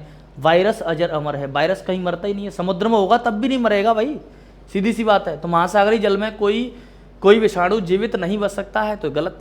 कोई विषाणु जीवाणुओं में संक्रमण नहीं कर सकता है, तो ये भी गलत है। विषाणु अगर चाहे तो जीवाणु में संक्रमण कर सकता है। याद है गंगा का पानी क्यों नहीं खराब होता है, क्योंकि जो वायरस होता है उसका नाम है बैक्टीरियोफेज, वो बैक्टीरिया को खा लेता है, वहाँ से प्रश्न आया है सीधा सीधा। कोई विषाणु परपोषी कोशिका में कोशिकीय अनुलेखनात्मक सक्रियता को परिवर्तित नहीं कर सकता है, तो ये भी वायरस के लिए कोई बड़ी बात नहीं है, कर सकता है आराम से, ठीक है। इसका मतलब कोई भी नहीं आंसर हो, कौन सा, कोई भी नहीं। नेक्स्ट 60वां क्वेश्चन, निम्नलिखित कथनों पर विचार कीजिए। कथन 1, सक्रियत कार्बन बहिस्रावी धाराओं से प्रदूषकों को हटाने और विभिन्न उद्योगों से आने वाले संदूषकों के उपचार हेतु एक अच्छा और आकर्षक साधन है। तो हाँ, ये एक साधन हो सकता है। वर्तमान समय में आप लोगों को पता होना चाहिए कि कार्बन एमिशन को लेकर बहुत सारे प्रश्न जो है वो आपके एग्जाम में बनाए जा रहे हैं, और कार्बन एमिशन को लेकर जो है वो आपके जो प्रश्न बनाए जा रहे हैं वो सारे के सारे प्रश्न क्यों बनाए जा रहे हैं, क्योंकि ये वर्तमान समय की आवश्यकता है ना। दूसरा कथन क्या है, सक्रियत कार्बन का एक बृहद पृष्ठ क्षेत्रफल होता है और उसमें भारी धातुओं को अधशोषित करने की दमदार साक्ष्यता होती है, तो ये भी बात ठीक है। अच्छा, सक्रियत कार्बन उच्च कार्बन अंश वाले वातावरणीय अवशिष्टों में से आसानी से संश्लेषित नहीं किया जा सकता है, ये भी बात ठीक है। इसका मतलब यानी इसके ऑप्शन कहाँ गए भाई, ऑप्शन कट गए मुझे ऐसा लगता है, ठीक है कोई बात नहीं, मतलब इसमें सारे स्टेटमेंट सही हैं, इतना मान के चलिए आगे बढ़ते। नेक्स्ट 61वां प्रश्न, निम्नलिखित कथनों पर विचार करें। अध्ययनों से सूचित है कि सीमेंट उद्योग से उत्सर्जित कार्बन डाइऑक्साइड का वैश्विक कार्बन उत्सर्जन में 5% से अधिक योगदान है, ये बात सही है। सीमेंट का निर्माण करते समय चूना पत्थर में सिलिका युक्त मृतिका जो है वो मिलाई जाती है, ये भी बात से एकदम सही है। सीमेंट निर्माण हेतु क्लिंकर के उत्पादन के दौरान चूना पत्थर चूना में बदल जाता है, ये भी बात एकदम सही है। यानी जो आपका ऑप्शन है, ये ऑप्शन आपका क्या है, तो ऑप्शन नंबर है बी। ऑप्शन नंबर कौन सा है, बी। यानी इसमें आपका कथन 2 और कथन 3 दोनों सही हैं, किंतु उनमें से केवल एक कथन जो है फर्स्ट की व्याख्या करता है। चलिए नेक्स्ट 62वां प्रश्न, 28वें संयुक्त राष्ट्र जलवायु परिवर्तन सम्मेलन, ये COP28 की बात हो रही है, आप लोगों को पता होना चाहिए। जलवायु और स्वास्थ्य विषयक घोषणा पर हस्ताक्षर नहीं किया, ठीक है। कथन 2, COP28 जलवायु और स्वास्थ्य विषयक घोषणा एक बाध्यकर घोषणा है और इस पर हस्ताक्षर कर देने पर स्वास्थ्य सेक्टर का विकार्बनन करना अधिदेशात्मक हो जाता है। और आपका तीसरा स्टेटमेंट है, यदि भारत के स्वास्थ्य सेक्टर का विकार्बनन किया जाए तो इसकी स्वास्थ्य देखभाल प्रणाली के लचीलेपन पर जो है संकट आ सकता है। ये प्रश्न जो है वो आपका COP28 से पूछा गया है, जिसके अंतर्गत आपका आंसर है सी। कौन सा है, आंसर है आपका सी। कथन 2 और कथन 3 में से केवल एक सही है, यानी 2 और 3 में से, इसीलिए मैंने टिक नहीं किया यहाँ, 2 और 3 में से एक सही, ठीक है, 2 और 3 में से एक सही है और वह कथन 1 की व्याख्या करता है, ये बात सही है, ठीक है। आगे बढ़ते हैं 63वां प्रश्न। कथन 1, वैज्ञानिक अध्ययन यह सुझाते हैं कि पृथ्वी के घूर्णन और अक्ष में परिवर्तन हो रहा है, ये बात सही है। पृथ्वी का जो अक्ष है और पृथ्वी का जो घूर्णन है, आप लोगों को पता है पृथ्वी का घूर्णन स्लो हो गया है, समय समय पर रिसर्च आती रहती है, तो बात सही है। सौर संस्फोरों और उससे संबंधित क्रिएटी द्रव्यमान निष्कासनों ने पृथ्वी के सबसे बाहरी वायुमंडल पर विशाल ऊर्जा राशि की बौछार कर दी है, यह भी स्टेटमेंट सही है। जैसे जैसे पृथ्वी का ध्रुवीय हिम पिघलता है, जल की प्रवृत्ति विषुवत वृत्त की ओर जाने की ओर होती है। यानी ये जैसे मान लो हमने कहा कि जो आपका ध्रुव है उस ध्रुव पे बर्फ़ जमी हुई है, जब ग्लोबल वार्मिंग होगी तो टेम्परेचर बढ़ेगा, टेम्परेचर बढ़ने के कारण जो आपका ध्रुवों पर जमी हुई बर्फ़ है वो पिघलेगी। पृथ्वी घूम रही है, पृथ्वी जब घूम रही है तो वो जो बर्फ़ पानी में जो है आपकी कन्वर्ट हो गई है, उसका प्रवाह किधर की ओर होगा, तो विषुवती वृत्त की ओर होगा, ये हम बोल सकते हैं आराम से। इसका मतलब जो आपका ऑप्शन बनेगा वो आपका बनेगा कौन सा, बी। क्या कह रहा है भाई, बी ऑप्शन। कथन 2 और कथन 3 दोनों सही हैं, किंतु उनमें से केवल एक कथन फर्स्ट की व्याख्या करता है। 2 भी सही है, 3 भी सही है, स्टेटमेंट सारे सही हैं, लेकिन पहले वाले कथन की व्याख्या कौन सा कर रहा है, तो जो है ध्यान रखिएगा, दोनों जो है वो व्याख्या कर रहे हैं। नेक्स्ट क्वेश्चन पे आते हैं, 64वां प्रश्न क्या कहलाता है भाई। कथन 1, जलवायु परिवर्तन विषयक पेरिस समझौते के अनुच्छेद 6 की चर्चा सतत विकास और जलवायु परिवर्तन विषयक वैश्विक चर्चाओं में बारंबार आती है।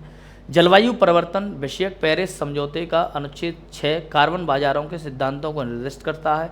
जलवायु परिवर्तन विषयक पेरिस समझौते के अनुच्छेद 6 का आशय देशों को अपने जलवायु लक्ष्य प्राप्त करने हेतु उनके बीच गैर बाजारी रणनीतियों का संवर्धन करना है। आप लोगों को पता होगा कि पेरिस जो जलवायु सम्मेलन हुआ था वो 2015 में हुआ था। जब से ये जलवायु परिवर्तन सम्मेलन हुआ है तब से मुझे नहीं लगता है कि शायद ही कोई ऐसा वर्ष रहा होगा जब यहाँ से प्रश्न न आया होगा। हर बार कहीं ना कहीं जो है घुमा फिरा के यहीं से जो है वो प्रश्न जो है वो बनाता है। अब प्रश्न जब बार बार बना रहा है तो हर बार क्या करेगा, जब हर बार प्रश्न बनाएगा तो लेवल थोड़ा सा बढ़ाता जाएगा। तो पहला ऑप्शन क्या है, कथन 2 और कथन 3 दोनों सही हैं तथा वे दोनों कथन 1 की व्याख्या कर रहे हैं, ये बात सही है ना। नेक्स्ट क्वेश्चन पे आते हैं भाई। 65वां प्रश्न, निम्नलिखित में से किस एक ने एशियाई और प्रशांत क्षेत्रों के लिए प्रकृति समाधान वित्त हब प्रारंभ किया है। तो ये एशियन डेवलपमेंट बैंक ने स्टार्ट किया है, ध्यान रखिएगा। फिलीपींस के मनीला में जो है वो इसका हेडक्वार्टर है। अच्छा, ये AIIB ये तो भारत सरकार ने ही बनाई थी, आपको पता होना चाहिए। न्यू डेवलपमेंट की अगर हम बात करें तो 2014-15 में बनी है, अनाउंसमेंट 14 में हुई थी, बनी 15 में। इसे ब्रिक्स बैंक भी के बोलते हैं, क्या बोलते हैं, न्यू डेवलपमेंट बैंक को ही ब्रिक्स विकास बैंक बोला जाता है। इसका हेडक्वार्टर कहाँ है बता सकता है कोई, चाइना में है। कहाँ, चाइना में। चाइना के किस शहर में, आप कमेंट में बताइएगा। अच्छा, IVRD की अगर हम बात करें, IVRD का मतलब एक तरीके से हम वर्ल्ड बैंक, हालांकि वर्ल्ड बैंक का मतलब उसमें कई सारी संस्थाएं, लेकिन जब वर्ल्ड बैंक की स्थापना हुई थी तो शुरुआत में उसको IVRD बोला जाता था। ठीक है, तो ये सारी संस्था हैं। लेकिन आपका जो ये प्रश्न जो पूछा गया है आपका प्रकृति समाधान वित्त हब किसने स्टार्ट किया, तो एशियन डेवलपमेंट। नेक्स्ट, प्रत्यक्ष बात प्रग्रहण जो नई उभरती प्रौद्योगिकी है के संदर्भ में निम्नलिखित कथनों में से कौन से सही हैं। इसे कार्बन प्रच्छादन की एक विधि के रूप में प्रयोग में ला सकते हैं। यह प्लास्टिक उत्पादन हेतु और खाद्य प्रसंस्करण में एक बहुमूल्य उपागम हो सकता है। विमानन में यह संश्लिष्ट न्यून कार्बन ईंधन जनन हेतु हाइड्रोजन में मिलाने के लिए कार्बन का स्रोत हो सकता है। तो ये बात जो है वो सही है, इसका मतलब ऑप्शन नंबर सी बन जाएगा इसका आंसर। चलिए नेक्स्ट 67, पीकॉक टेरेंटुला, ये पता किसका नाम है, प्लांट का नाम, किसका, प्लांट का।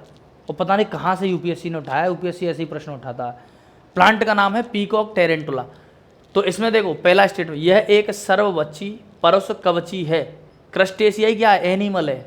और मैं कह रहा हूं कि पीकॉक टेरेंटुला क्या है, प्लांट है, तो पहला ऑप्शन तो गलत ही हो जाएगा। दूसरा, इसका प्राकृतिक आवास भारत में केवल कुछ वनों तक सीमित है, बात सही है। अपने प्राकृतिक आवास में यह एक वृक्षीय जाति है ना, प्लांट है, मैंने आपको बताया। इसका मतलब 2 और 3 आपका सही बनेगा, 2 और 3 यानी आपका क्या बन रहा है, आपका डी। नेक्स्ट क्वेश्चन 68, निम्नलिखित कथनों पर विचार करें। भारत में कार्बन डाइऑक्साइड उत्सर्जन 0.5 टन CO2 प्रति व्यक्ति से कम है, नहीं, ज़्यादा है, तो ये स्टेटमेंट गलत है। ईंधन दहन से CO2 उत्सर्जन के आधार पर भारत एशिया प्रशांत क्षेत्र में दूसरे स्थान पर है, बात सही है। इसमें चाइना सबसे ऊपर आता है। भारत में विद्युत और ताप उत्पादक CO2 उत्सर्जन के सबसे बड़े स्रोत हैं, ये भी एकदम सही है। इसका मतलब 2 और 3 बन रहा है क्या कहीं, बिल्कुल बन रहा है भाई, सी ऑप्शन। नेक्स्ट क्वेश्चन पे आते हैं, 69वां प्रश्न। यहाँ अगर हम बात करें तो ये एक तरीके से कुछ प्लांट्स के नाम दे रखे हैं और वहीं दूसरी तरफ जो है उसका रूप दे रखा है कि ये किस प्रकार का जो है वो पादप है, और उसी से जुड़ा हुआ जो है वो प्रश्न आपका है। तो यहाँ पर आपको ध्यान रखना है कि कशावा काष्ठीय झाड़ी है, अदरक आवासीय तनायुक्त शाख है, मालाबार पालक की अगर हम बात करें शाकी आरोही लता है, पुदीना वार्षिक झाड़ी है, पपीता जो है वो काष्ठीय झाड़ी है। इनमें से 3 ऑप्शन जो है वो मैच कर रहे हैं, यानी केवल 3 जो है वो आपका राइट आंसर होगा। चलिए नेक्स्ट क्वेश्चन पे आते हैं भाई, 70वां। पृथ्वी ग्रह के संदर्भ में निम्नलिखित कथनों पर विचार करें। बहुत प्यारा प्रश्न है, ज्योग्राफी का प्रश्न है। वर्षावन महासागरों द्वारा उत्पादित ऑक्सीजन की तुलना में अधिक ऑक्सीजन उत्पादित करते हैं। तो ये बात एकदम सही हो सकती है, क्योंकि महासागरों में शैवाल वगैरह जो है वो ज़्यादा पाए जाते हैं, और शैवाल ज़्यादा पाए जाने के कारण जो है इसका मतलब वहाँ पर ऑक्सीजन जो है वो ज़्यादा बन सकती है, ऐसा हम बोल सकते हैं, ध्यान रखिएगा।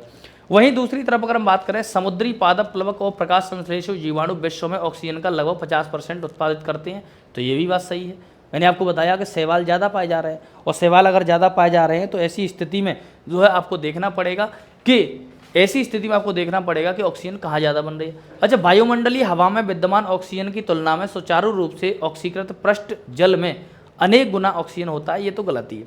अब देखो यहाँ पर आपका ऑप्शन पहला और दूसरा बनना चाहिए था, लेकिन पहले ऑप्शन पे अगर आप सही ढंग से विचार करें कि वर्षा वन जो होते हैं आपके महासागरों द्वारा उत्पादित ऑक्सीजन की तुलना में अधिक ऑक्सीजन उत्पादित करते हैं, यहाँ कंपैरेटिव प्रश्न है, ये स्टेटमेंट जो है वो कंपेयर करके दिया गया है, जिसकी वजह से ये ऑप्शन जो है वो गलत हो रहा है। इसका मतलब यहाँ आपका ऑप्शन नंबर बी बनेगा भाई, ठीक है। चलिए नेक्स्ट क्वेश्चन पे आते हैं, 71वां। निम्नलिखित देशों पर विचार करें। अच्छा, ये तो बता दिया, सर ने बता ही दिया था, पूछा गया प्रश्न है ना। चलिए, निम्नलिखित देशों पर विचार करें। एंडीज पर्वतमाला से पूछा गया प्रश्न है। एंडीज पर्वतमाला मैंने आपको बताई है, एंडीज पर्वतमाला पूरे वर्ल्ड के अंदर सबसे लंबी पर्वतमाला है, 7000 किलोमीटर लंबी है, और दक्षिण अमेरिका के 7 देशों में इसका विस्तार है। क्या बोलीविया में इसका विस्तार है? तो है। क्या ब्राज़ील में इसका विस्तार है? तो नहीं है भाई। कोलंबिया में है? तो है। इक्वाडोर में है? तो है। पराग्वे में है? नहीं है। वेनेजुएला में है? तो है। 1 2 3 4 यानी केवल 4, option number C. Next question, निम्नलिखित जलाशयों पर विचार करें। ये झीलों के नाम दिए गए हैं और इनमें से ये बताना है भूमध्य रेखा किन से गुजरती है।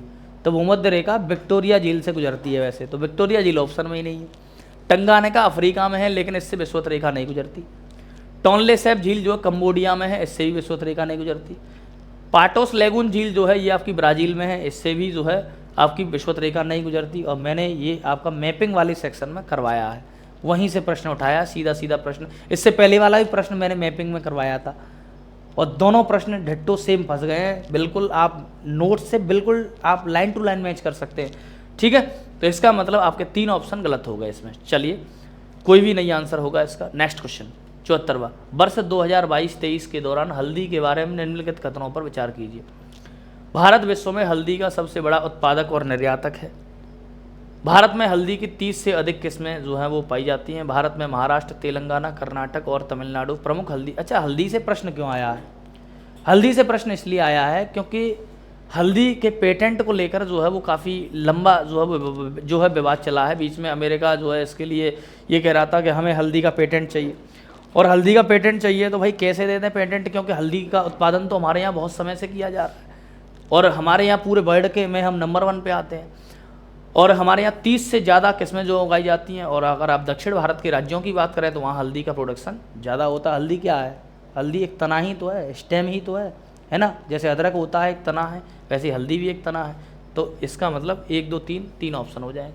75वां प्रश्न, निम्नलिखित में से कौन से महाद्वीपीय विस्थापन, ये कॉन्टिनेंटल ड्रिफ्ट थ्योरी से जुड़ा हुआ प्रश्न है ना। वेगनर की कॉन्टिनेंटल ड्रिफ्ट थ्योरी मैंने आपको पढ़ाई है ज्योग्राफी में, वहाँ से जाके एक एक लाइन मैच कर लो, सीधा मैच कर जाएगा। क्या कह रहा है? ब्राज़ील तट और आपका जो अफ्रीका का तट है वो मैच कर रहा है क्या? बिल्कुल कर रहा है। घाना के स्वर्ण निक्षेप ब्राज़ील पठार के व्युत्पन्न हैं जब ये दोनों महाद्वीप अगल बगल अवस्थित थे, मतलब दोनों जुड़े हुए थे। तो इसका मतलब ब्राज़ील में भी सोने के अवक्षेप हैं और आपके घाना में भी, ये भी ठीक है। यह ज्ञात है कि भारत के गोंडवाना प्रकार का कोयला मिलता है कि नहीं मिलता है, पढ़ाया है मैंने आपको। गोंडवाना अवसाद तंत्र के प्रतिरूप दक्षिणी गोलार्ध के 6 विभिन्न भूखंडों में मिलते हैं, ये भी बात सही है। इसका मतलब तीनों जो है इसमें सही होंगे। नेक्स्ट 76वां प्रश्न, कथन 1 और कथन 2 दिए गए हैं। वायुमंडल में विद्यमान धूल कणों की मात्रा विषुवतीय और ध्रुवीय क्षेत्रों की अपेक्षा उपोष्ण और शीतोष्ण कटिबंध में अधिक होती है, बात सही है। देखो, ध्रुवीय क्षेत्र ठंडा है तो वहाँ पर भारी कण जमीन पे चले जाएंगे। वहीं दूसरी तरफ विषुवतीय की क्षेत्र में नमी ज़्यादा है, बारिश ज़्यादा हो रही है तो बारिश के साथ वो जमीन पे आ जाएंगे। इसका मतलब बचे हुए क्षेत्रों में धूल ज़्यादा होगी, पहला स्टेटमेंट सही है। उपोष्ण और शीतोष्ण क्षेत्रों में कम शुष्क पवन चलती है। भाई कम शुष्क क्यों चलेगी? कम शुष्क पवन तो वहाँ चलेगी जहाँ पर नमी नहीं होगी, है ना। इसका मतलब हम यहाँ पर बोल सकते हैं कम शुष्क पवन जो है वो आपकी कम शुष्क नहीं, अधिक शुष्क पवन चलेगी। इसकी वजह से स्टेटमेंट गलत है। और यहाँ पर आपका ऑप्शन बन जाएगा कौन सा? पहला सही हो गया और दूसरा क्या है? गलत है। तो पहला सही और आपका दूसरा, हाँ ये रहा सी, ठीक है। पहला सही, दूसरा गलत। नेक्स्ट क्वेश्चन पे आओ भाई, 77वां। ये प्रश्न, ये भी ज्योग्राफी का प्रश्न है। ये आपका क्लाइमेटोलॉजी मैंने आपको पढ़ाया है। जनवरी में उत्तरी गोलार्ध में समताप रेखाएं भूमध्य खंडों से गुजरती हुई विषुवत व्रत की ओर मुड़ती हैं तथा महासागरों में ध्रुवियों की ओर मुड़ती हैं। अभी आप ऐसे मान लो जैसे ये पृथ्वी है ना, ये पानी है और ये है स्थलखंड। पानी की खासियत मैंने आपको बताई थी, पानी धीरे धीरे गर्म होगा, धीरे धीरे ठंडा होगा। स्थल बहुत जल्दी गर्म, बहुत जल्दी ठंडा होता है। अगर जनवरी का मौसम है तो ठंड का मौसम, पानी तो धीरे धीरे ठंडा हो रहा है, तो यहाँ पर 15 डिग्री सी, ये जल्दी ठंडा हो गया। इसका मतलब अगर 15 डिग्री सी हमें तापमान चाहिए तो इसके बराबर में तो हम नहीं ले सकते। क्यों? क्योंकि 15 डिग्री सी हमें तापमान चाहिए तो ये हमें नीचे की तरफ आना पड़ेगा विषुवत रेखा की ओर, क्योंकि स्थल जल्दी ठंडा हो रहा है। जल्दी ठंडा होगा तो ये नीचे मिलेगा तापमान। इसका मतलब यहाँ पर जो समताप रेखा है वो किधर जाएगी? विषुवत रेखा की ओर। पानी में किधर जाएगी? पानी में ये ऊपर की ओर मूव करेगी। तो ये पहला स्टेटमेंट सही है। जनवरी में महासागरों के ऊपर की हवा उत्तरी गोलार्ध के भूखंडों के ऊपर की हवा से अधिक गर्म होती है। अगर हम बात कर रहे हैं कि भाई पानी है, पानी गर्म है, तो उसके ऊपर हवा कैसी होगी? गर्म। और जब हम बात कर रहे हैं किसकी? स्थलखंड की, स्थलखंड ठंडा है तो उसके ऊपर की हवा कैसी होगी? ठंडी होगी। तो नॉर्मल सी बात है, ये भी क्या हो जाएगा? इसका मतलब आपका जो है कथन एक, क्या आ रहा है भाई? कथन एक और कथन दो दोनों सही हैं, किंतु कथन दो कथन एक की सही व्याख्या। कथन दोनों तो सही हैं लेकिन एक दूसरे से इंटरकनेक्ट नहीं हो रहे हैं, है कनेक्ट नहीं है, कनेक्शन नहीं बन रहा है दोनों में। स्टेटमेंट दोनों सही हैं। चलिए आगे बढ़ते हैं। नेक्स्ट 78, ये आपका चट्टानों का प्रश्न है। सैलों पर जल के प्रभाव के संदर्भ में चौक एक अत्यंत पारगम्य सैल के रूप में ज्ञात है, जबकि मृत्तिका एक नितांत अपारगम्य या न्यूनतम पारगम्य सैल के रूप में ज्ञात है। ये सही है। चाक सरंध्र होता है, सरंध्र का मतलब उसमें चाक में छेद होते हैं, पानी को एब्जॉर्ब करता है, अवशोषित करता है, ये भी ठीक है।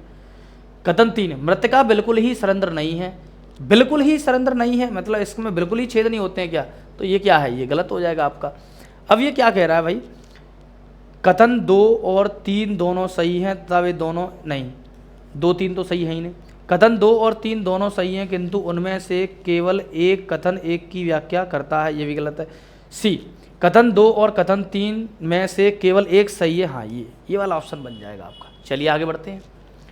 79, वायुमंडल के बिना भूपृष्ठ पर सर्वत्र तापमान हिमांक के बहुत नीचे, मतलब वायुमंडल अगर नहीं है तो क्या तापमान हिमांक के बहुत नीचे होता है? नहीं। वायुमंडल के द्वारा अवशोषित और पासित ऊष्मा हमारे ग्रह के औसत तापमान को बनाए रखती है, तो ये बात एकदम सही है। वायुमंडल की कार्बन डाइऑक्साइड जैसी गैसें विकिरण को अवशोषित और पासित करती हैं क्या? ये बात सही है। 2 और 3 बन रहा है क्या कहीं? 2 और 3 यानी ऑप्शन नंबर डी। नेक्स्ट पे आ जाओ भाई। 80, राष्ट्रीय गोकुल मिशन।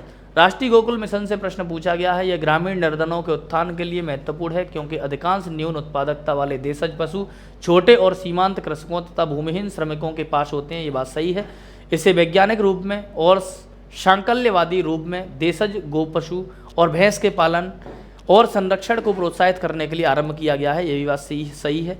दोनों ऑप्शन आपके राइट है। चलिए 81वां प्रश्न, राजा राममोहन राय। राजा राममोहन राय से संबंधित पुनर्जागरण आंदोलन में राजा राममोहन राय को पढ़ाया जाता है। तो राजा राममोहन राय, उनमें प्राच्य विश्व के पारंपरिक दार्शनिक सिद्धांतों के प्रति अत्यंत अनुराग था। ठीक है। उनकी कामना थी कि उनके देशवासी तर्क संगत और वैज्ञानिक दृष्टिकोण तथा सभी पुरुषों और महिलाओं की मानवीय गरिमा और सामाजिक समता के सिद्धांत को माने। तो ये बात सही है ना। एक तरीके से आधुनिकीकरण के जो है समर्थक थे ये। इसीलिए अगर आप देखें तो भारत में आधुनिकीकरण का जो जन्मदाता है, आधुनिक भारत का एक तरीके से हम जो है सबसे पहला शिक्षित इनको हम मान सकते हैं। तो वही बातें करते थे जो पढ़े लिखे लोग करते हैं, है कि नहीं। चलिए नेक्स्ट 82वां, असहयोग कार्यक्रम के बारे में। न्यायालयों और विदेशी वस्त्र का बहिष्कार, अहिंसा का कठोर अनुपालन, उपाधियों और सम्मानों का उनका सार्वजनिक उपयोग न करते हुए प्रतिधारण और विवादों के निपटारे के लिए पंचायतों की स्थापना। तो इसमें जो है आपका केवल 3 बनेगा।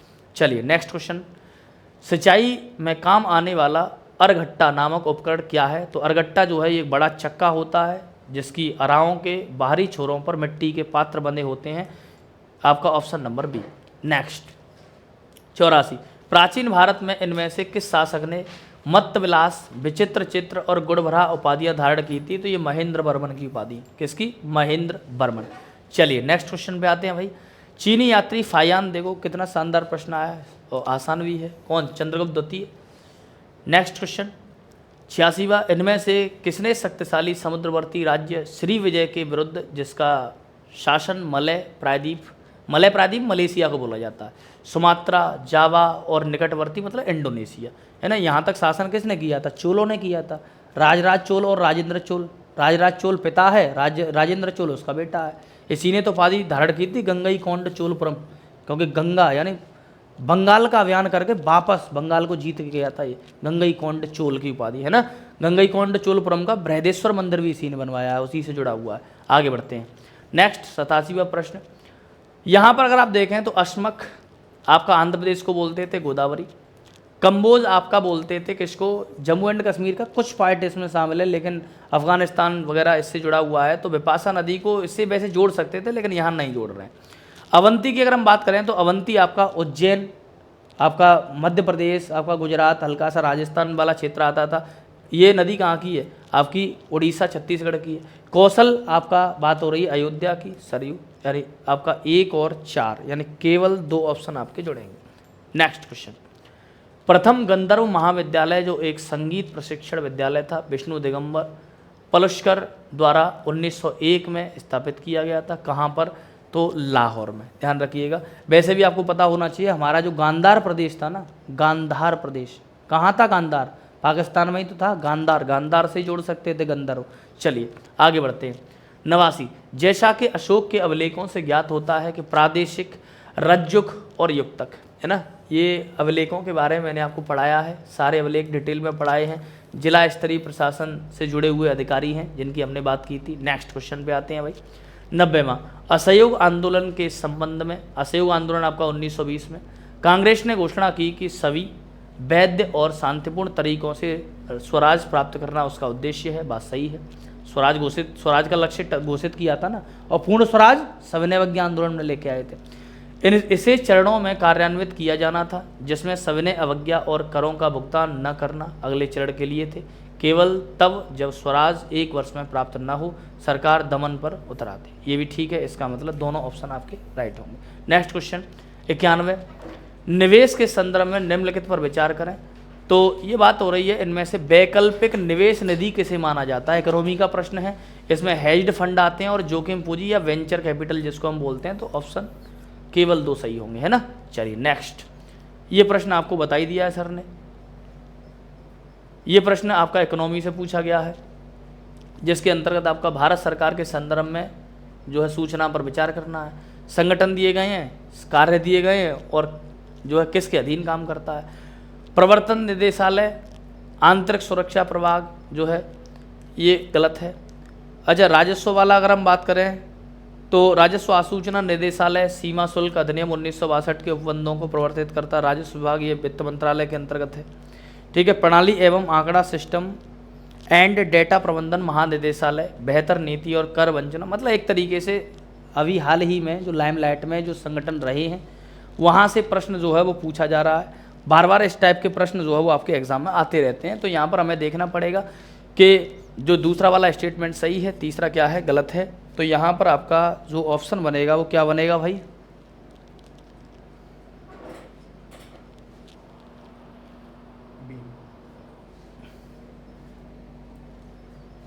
यानी केवल 2 बनेगा, है ना। केवल 2 ठीक है। नहीं, ऐसा नहीं होना चाहिए, है ना। मुझे लग रहा है कुछ ऑप्शन में गड़बड़ है। चलिए इस क्वेश्चन को छोड़ दीजिएगा, कोई दिक्कत नहीं। आगे बढ़ते हैं नेक्स्ट क्वेश्चन। 94वां प्रश्न, निम्नलिखित कथनों पर विचार कीजिए। भारतीय रिजर्व बैंक भारत में सभी सूचीबद्ध कंपनियों को व्यावसायिक उत्तरदायित्व और स्थिरता रिपोर्ट बिजनेस, ठीक है, BRSR प्रस्तुत करने का आदेश करता है। भारत में व्यावसायिक उत्तरदायित्व और स्थिरता रिपोर्ट प्रस्तुत करने वाली कोई कंपनी इस रिपोर्ट में उनका प्रकटन करती है जो मुख्यतः गैर वित्तीय स्वरूप के होते हैं। वहाँ से प्रश्न जो है वो आपका पूछा गया है। तो इसमें अगर आप देखें तो पहला स्टेटमेंट गलत है, दूसरा सही है। इसका मतलब केवल 2 ऑप्शन जो है वो आपका राइट होगा। चलिए नेक्स्ट क्वेश्चन 95वां प्रश्न, निम्नलिखित कथनों पर विचार करना है। भारत में ग्रामीण क्षेत्रों में कुक्कुट पालन और ऊन उत्पादन जैसे संवर्गीय कृषि कार्यकलाप से प्राप्त आय को किसी भी कर से छूट प्राप्त है। भारत में आयकर अधिनियम 1961 जो है कि उपबंधों के अधीन ग्रामीण कृषि भूमि को पूंजीगत परिसंपत्ति नहीं माना जाता है। तो ये प्रश्न जो है आपका पूछा गया है, इसके अंतर्गत जो है आपका आंसर है डी। कथन एक सही नहीं है लेकिन दूसरा सही है, क्योंकि जो आपका कुक्कुट पालन वगैरह जो आप कर रहे हो ना, यहाँ पर इस पर भी टैक्स लिया जाता है, उससे कर से छूट नहीं है। चलिए नेक्स्ट क्वेश्चन 96वां। भारत में खनिज सुरक्षा भागीदारी में एक सदस्य के रूप में सम्मिलित हो गया है।